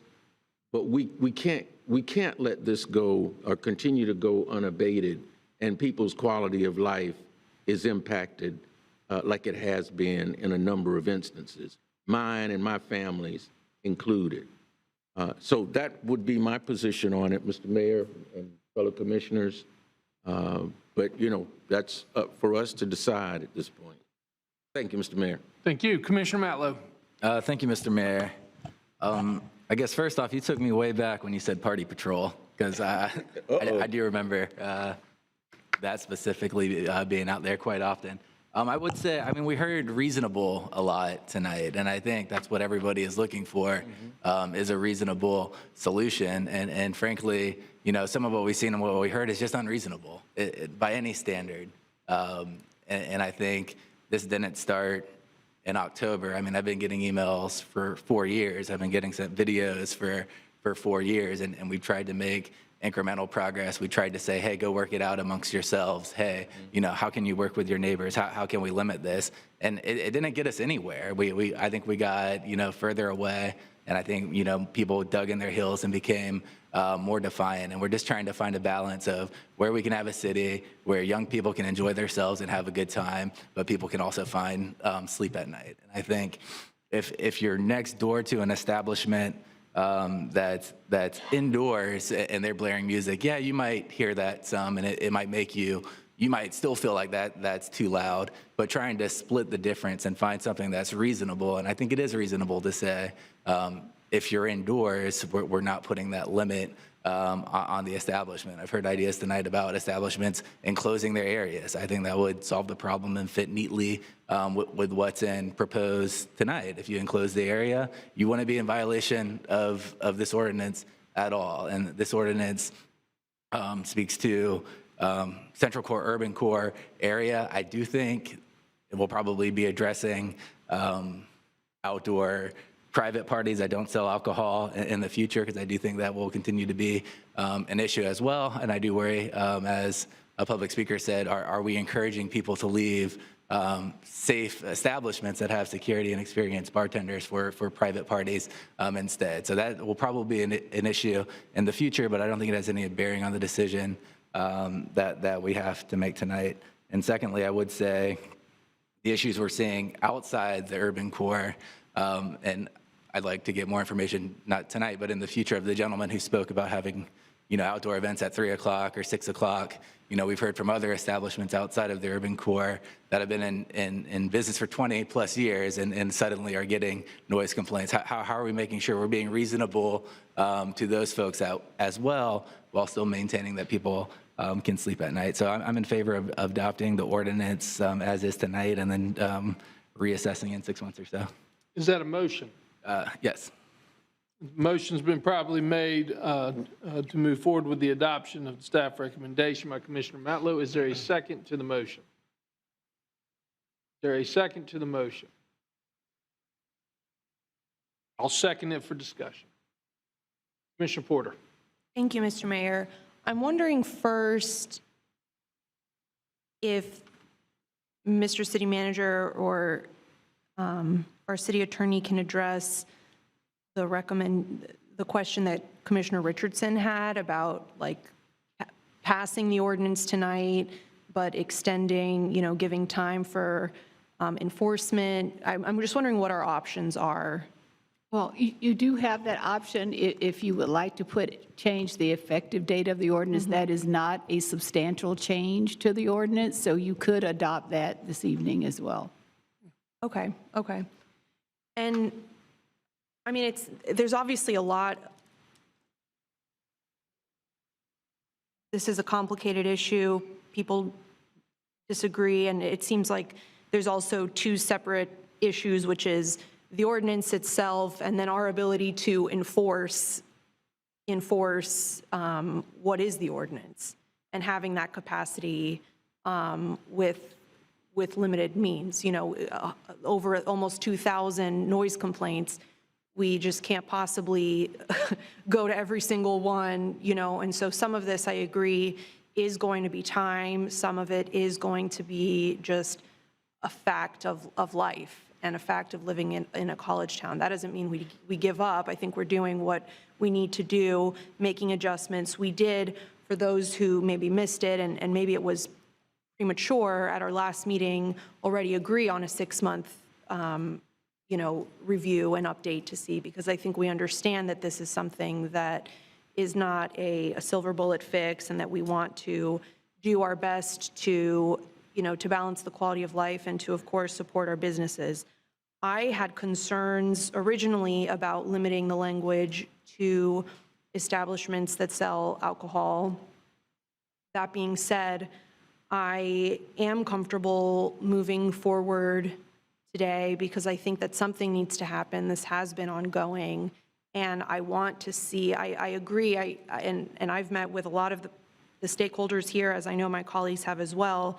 Some of this just needs to have happened months ago. The retrofitting, whatever needs to happen, let's move on that immediately. And so, I'm open-minded if we think it would make a difference about the effective date, if we think that would give people some time to get their ducks in a row. I'm open-minded about that, but I do think that it's appropriate to move forward. And I do also want to make the distinction, I know some of us have left the room already, that there is a distinction between what's going on in the urban core and what we're talking about here, and then enforcement outside of that. And so those are things that we do need to follow up on, but that are separate to this issue in particular. So I want to make sure that that's clear to those who are listening. Have we seen improvement in our ability to enforce? I see, you don't have it up now, but the vehicles, is that something that we think that you see we've made? Do you see Holmes, any improvement? Like, has that state law helped significantly, you believe? Yes. Yes, ma'am. It has. It has enabled us with the ability to swiftly move and stop vehicles, first of all, in motion, and then swiftly move vehicles out of parking lots when they're moving. Because, before we had an issue with just our noise ordinance, we pull up and they pull off, and we couldn't stop them. But that's changed significantly since we have a state law. So, it's a lot stronger of enforcement too. So yes, it is a very, very, very good benefit for us, and it's helped out a lot in enforcement. Thank you. And when did that go into effect? I don't have the exact date, but I think it was July of last year? No, a couple of months it had to be ago. promulgated. Just this year. Yeah, I think they promulgated. It started in March, sometime mid-March. Oh, okay. Okay, so that's good news then, that it's been, okay, and hopefully that will only improve. Okay, thank you. That's it for me. Is that it, Commissioner Porter? Yes. Mr. Gilbertson, Albert, got a couple questions for y'all, and I'd love for you sound engineers to come down too. You all have basically spoken on the record yourself that in the past you have been on the receiving end of many of the noise complaints. I got to tell you, out of all the properties in Tallahassee, there are two that I really do kind of feel for. One is Florida Towers, directly behind you. One is the Onyx, directly across the street from you. You piqued my interest when you talked about infrastructure improvements. How, in particular, if you live directly, you almost share a wall with Florida Towers. What type of infrastructure, seven-figure infrastructure, Albert, are you proposing that's going to protect quality of life of people that live in Florida Towers or the Onyx across the street? We're going to build a building. You guys speaking to the record. To answer your question, we plan to build a building so that we comply with this ordinance. I've engaged an engineer. We have a timeline of wanting to meet the planning within 3 weeks, I guess, meet with whoever to solve all the problems. But we need to be able to design the building, not just to solve this issue right now, which specifically seems to be dealing with pot bellies. If we build a building over it, fine, but if we're going to invest this, let's solve all the problems. I don't want to just put a cover and a building over it and then we're indoors and we comply. So I understand. What type of sound engineering do you put in this building as well? I mean, you throw up concrete, it's still going to be loud. You got to put sound engineering to muffle the sound, correct? Well, no, it's mass. So in dealing with sound, there's a few different ways you can do it. One with the low end, it's through mass that block sound, because it can be omnidirectional. It's also how you can have speakers in a cardio situation where it blocks it from going out. So it's actually a combination of things that happen. There's also air gaps that actually create it. So right now we're looking at, one of the things we've been looking at for the last couple of years is actually the shipping container wall that's in the back, that's actually, because they're air sealed, so that we can keep adding sound as we need. But in that wall going up, actually up to 5, and then on the sides and enclosing that so that we still have that open fill, but we actually have that ear gap in between. So if you go to a studio, you understand they actually have that. They build a wall within a wall, and that's how you get a sound gap in a lot of the sound. So there's a lot of techniques that we can do in doing that. And mids and lows and highs, is reflective.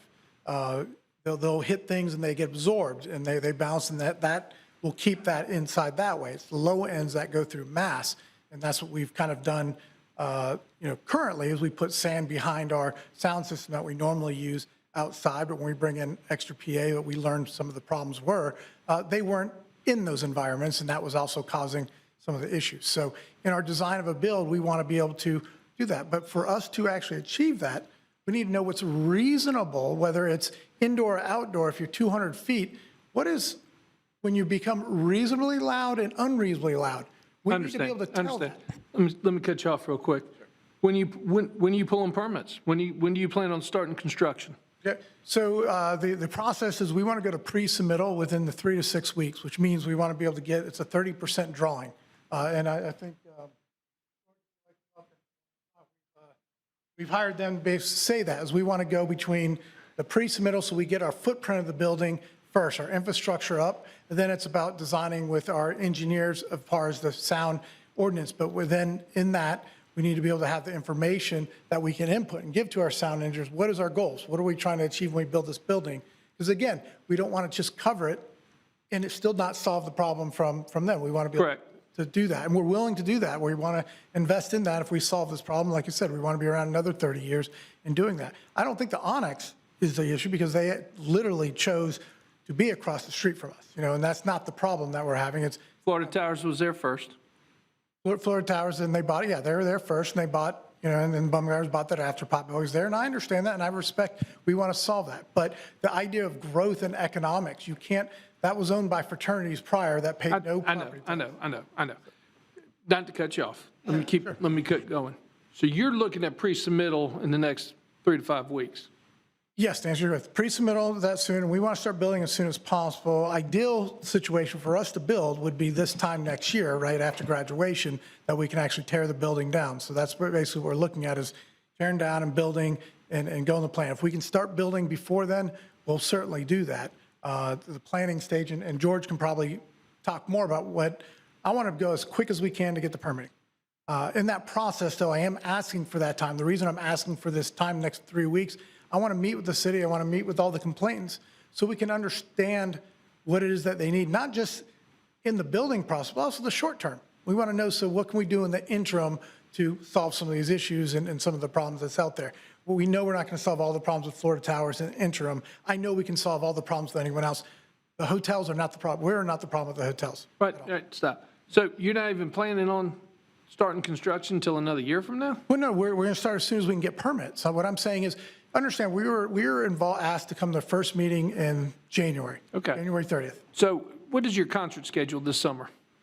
I'm sorry? What's your concert schedule? I mean, are we going to have this issue over the course of the summer? Are y'all having, because none of the students are in town, right? We don't have any concert schedule. We don't have anything. In fact, the next 6 weeks, we don't use the outdoor area. So we have that time, the first half of the summer. There's just not enough students to use that space. Right. 6 weeks takes us to the end of June, though. So within that, within June, we can have pre-submittal here, and now it's really a process of permitting.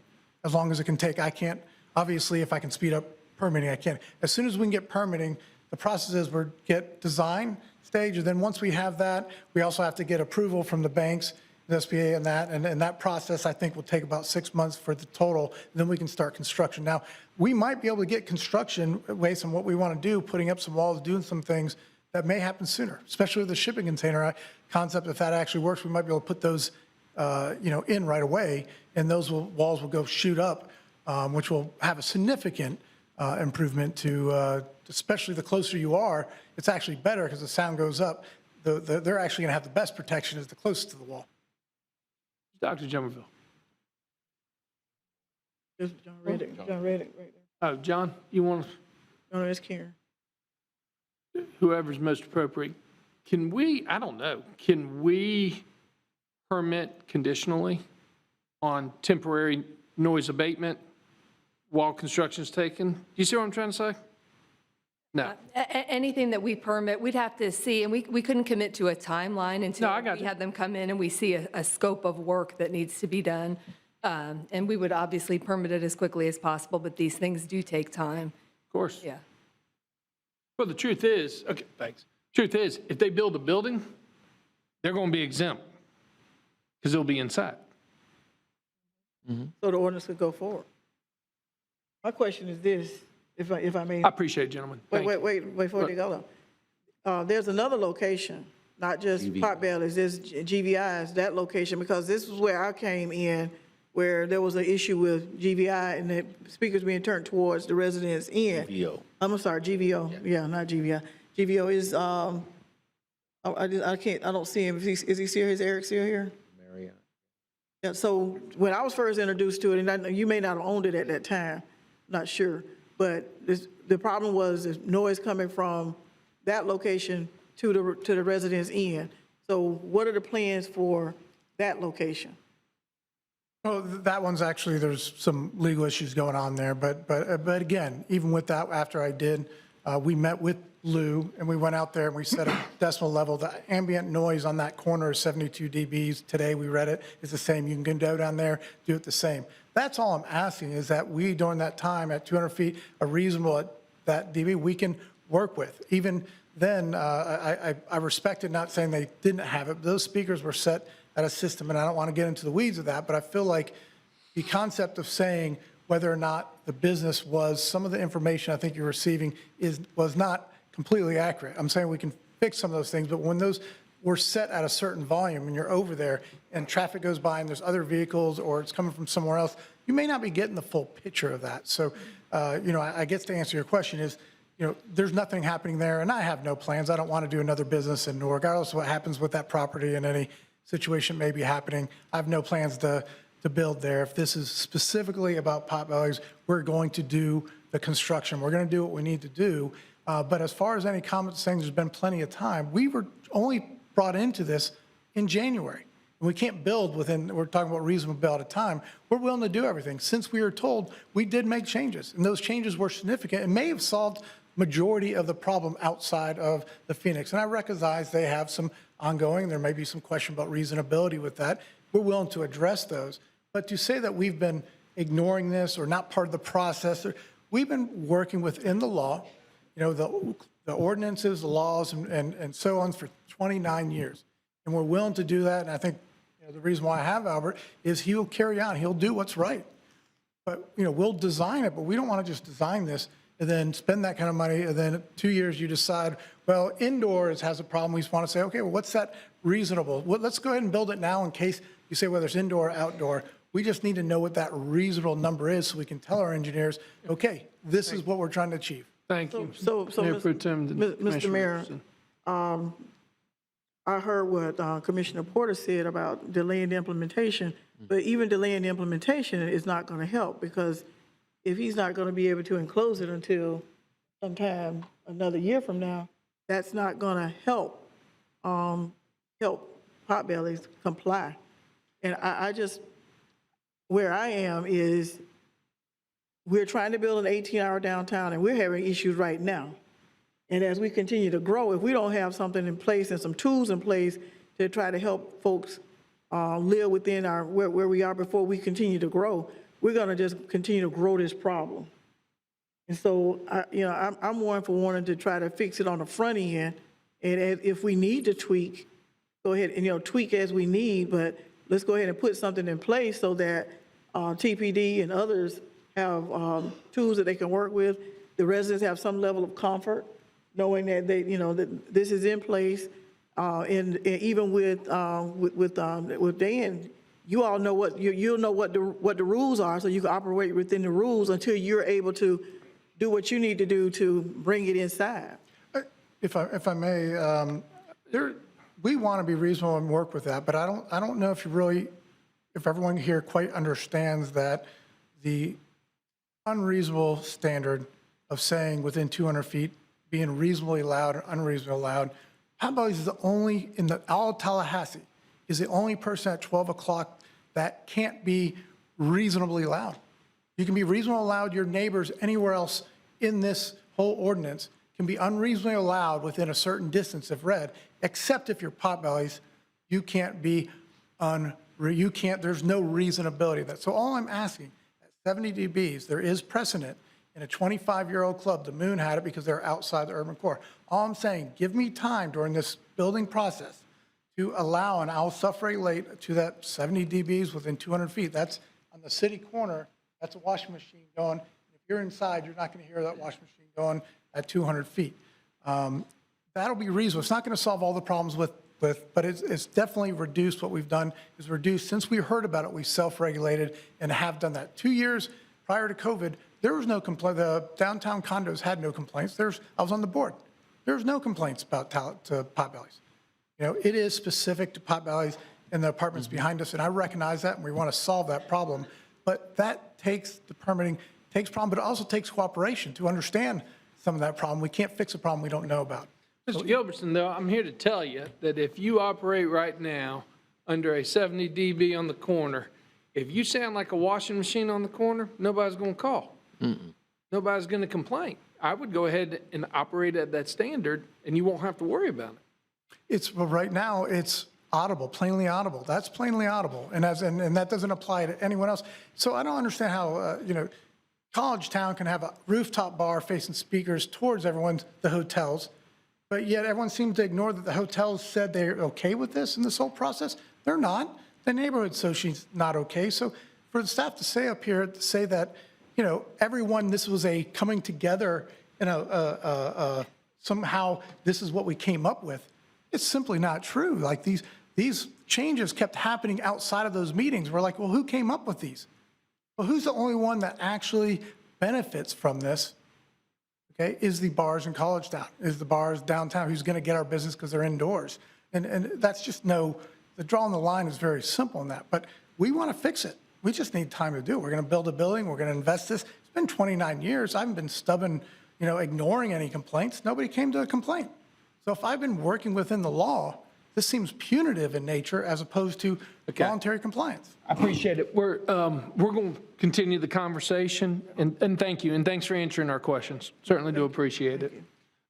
Look, I think you have the commitment from the entire city commission and city staff that as y'all are moving forward with the permitting, we'll work with you. Absolutely. And it's exciting to hear your growth plans and what you have in place. It really is. And you're right. Once you build and it's all inside, you're going till 2 a.m. Because it'll be inside and the noise will be dealt with and be taken care of as well. Let's go back to commissioner discussion. Mr. Mayor, I guess I'm more comfortable with the motion on the floor at this point that we go ahead and adopt the ordinance tonight.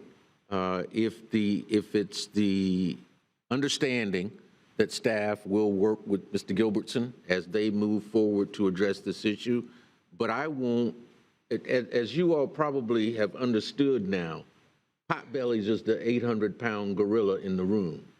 That's why this came to us.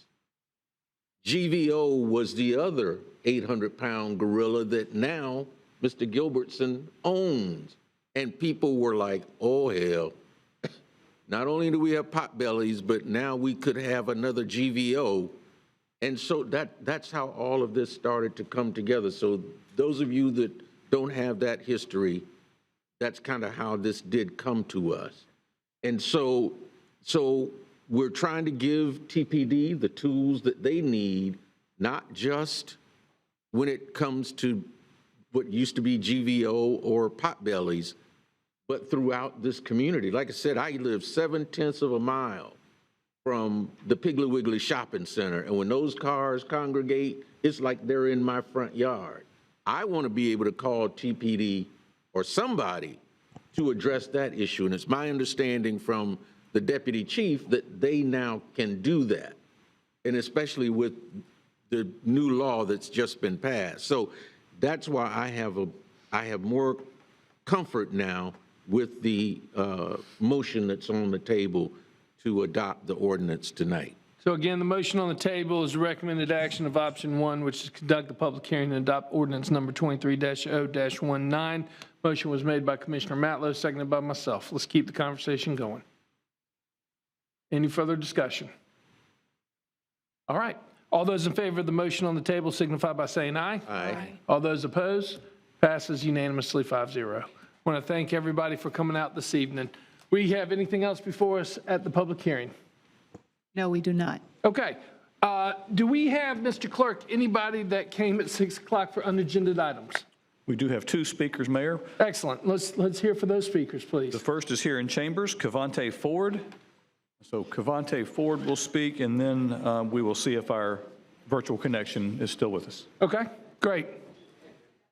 Thank you for joining us. Your name and address for the record, please. Thank you for having me. Good evening. My name is Cavante Ford. I reside at 3810 Bucklake Road.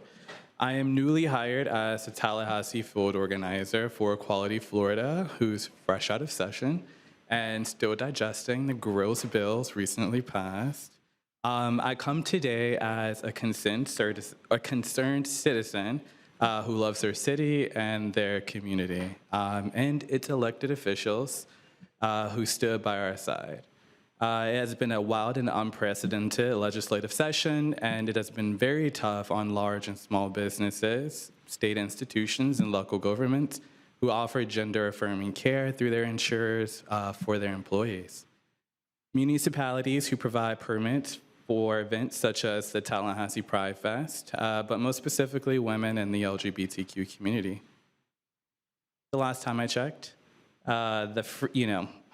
free states do not preempt local governments, such as the Leon County School Board, to propagate a fascist agenda. Free states do not come between doctors and their patients. Free states do not come between or ban free speech. Along with diversity, equity, and inclusion, free states do not put bans on women's bodies or anyone's bodies for that matter. One of the most upsetting things that I've had folks in our community approach me about is that they're afraid to speak publicly, against the absurdity that's happening in the current administration. But one of the most concerning things is that I've also had people in our community approach me to support their GoFundMes to flee our city and our community. I'm excited and I commend the City of Tallahassee for setting up the LGBTQ Council, whose meeting I am looking forward to attending tomorrow. I've left my contact information on my speaker card, and I look forward to fighting, for the citizens of Tallahassee's rights and making sure people feel safe. So good job to you guys, and thank you for your support, okay? Thank you. Our next speaker, please. Next speaker is Margaret Moore. Margaret Moore, are you with us? Oh, hi there. I'm Margaret Moore. My address is 1910 Monticello Drive. Great meeting. Thank you so much. I just wanted to make a comment that although I know the city commission seats are nonpartisan, you all do belong to parties and fundraise on those party platforms and make promises to people who will vote for you to represent us. Recently, I have noticed a disarming trend in so-called Democrats failing to, for example, stand up and on the side of their own Democratic Party leader, Nikki Fried. She deserves an apology. So does our Florida Senate minority head, Lauren Book. I don't know where to begin. I know I only get 3 minutes, but failing to uphold, the issues that your voters voted you for, fundraising obscene amounts of money to hold your seats, and voting against things like a pro-abortion resolution, and then have the gall to show your face at a Democratic event that supported Roe versus Wade. The hypocrisy is just, it gets very aggravating and very tiresome. I have been forced to exit the Democratic Party locally here as I was being reprimanded for speaking out and not supporting our Democrats wholeheartedly. However, I cannot support Democrats who continue to hand over our tax dollars in exchange for these little pockets of power. And I'm sorry, it's late, and I appreciate some of you very much, and I'm very scared for what you may be doing in the next year or two. But rest assured, as a former Democrat and someone who's going to be registering a lot of voters over the next year, the truth will come out, and you'll get voted out. So enjoy your seats. Have a great night. Well, thank you. Any other speakers this evening? No, sir. All right, we stand adjourned.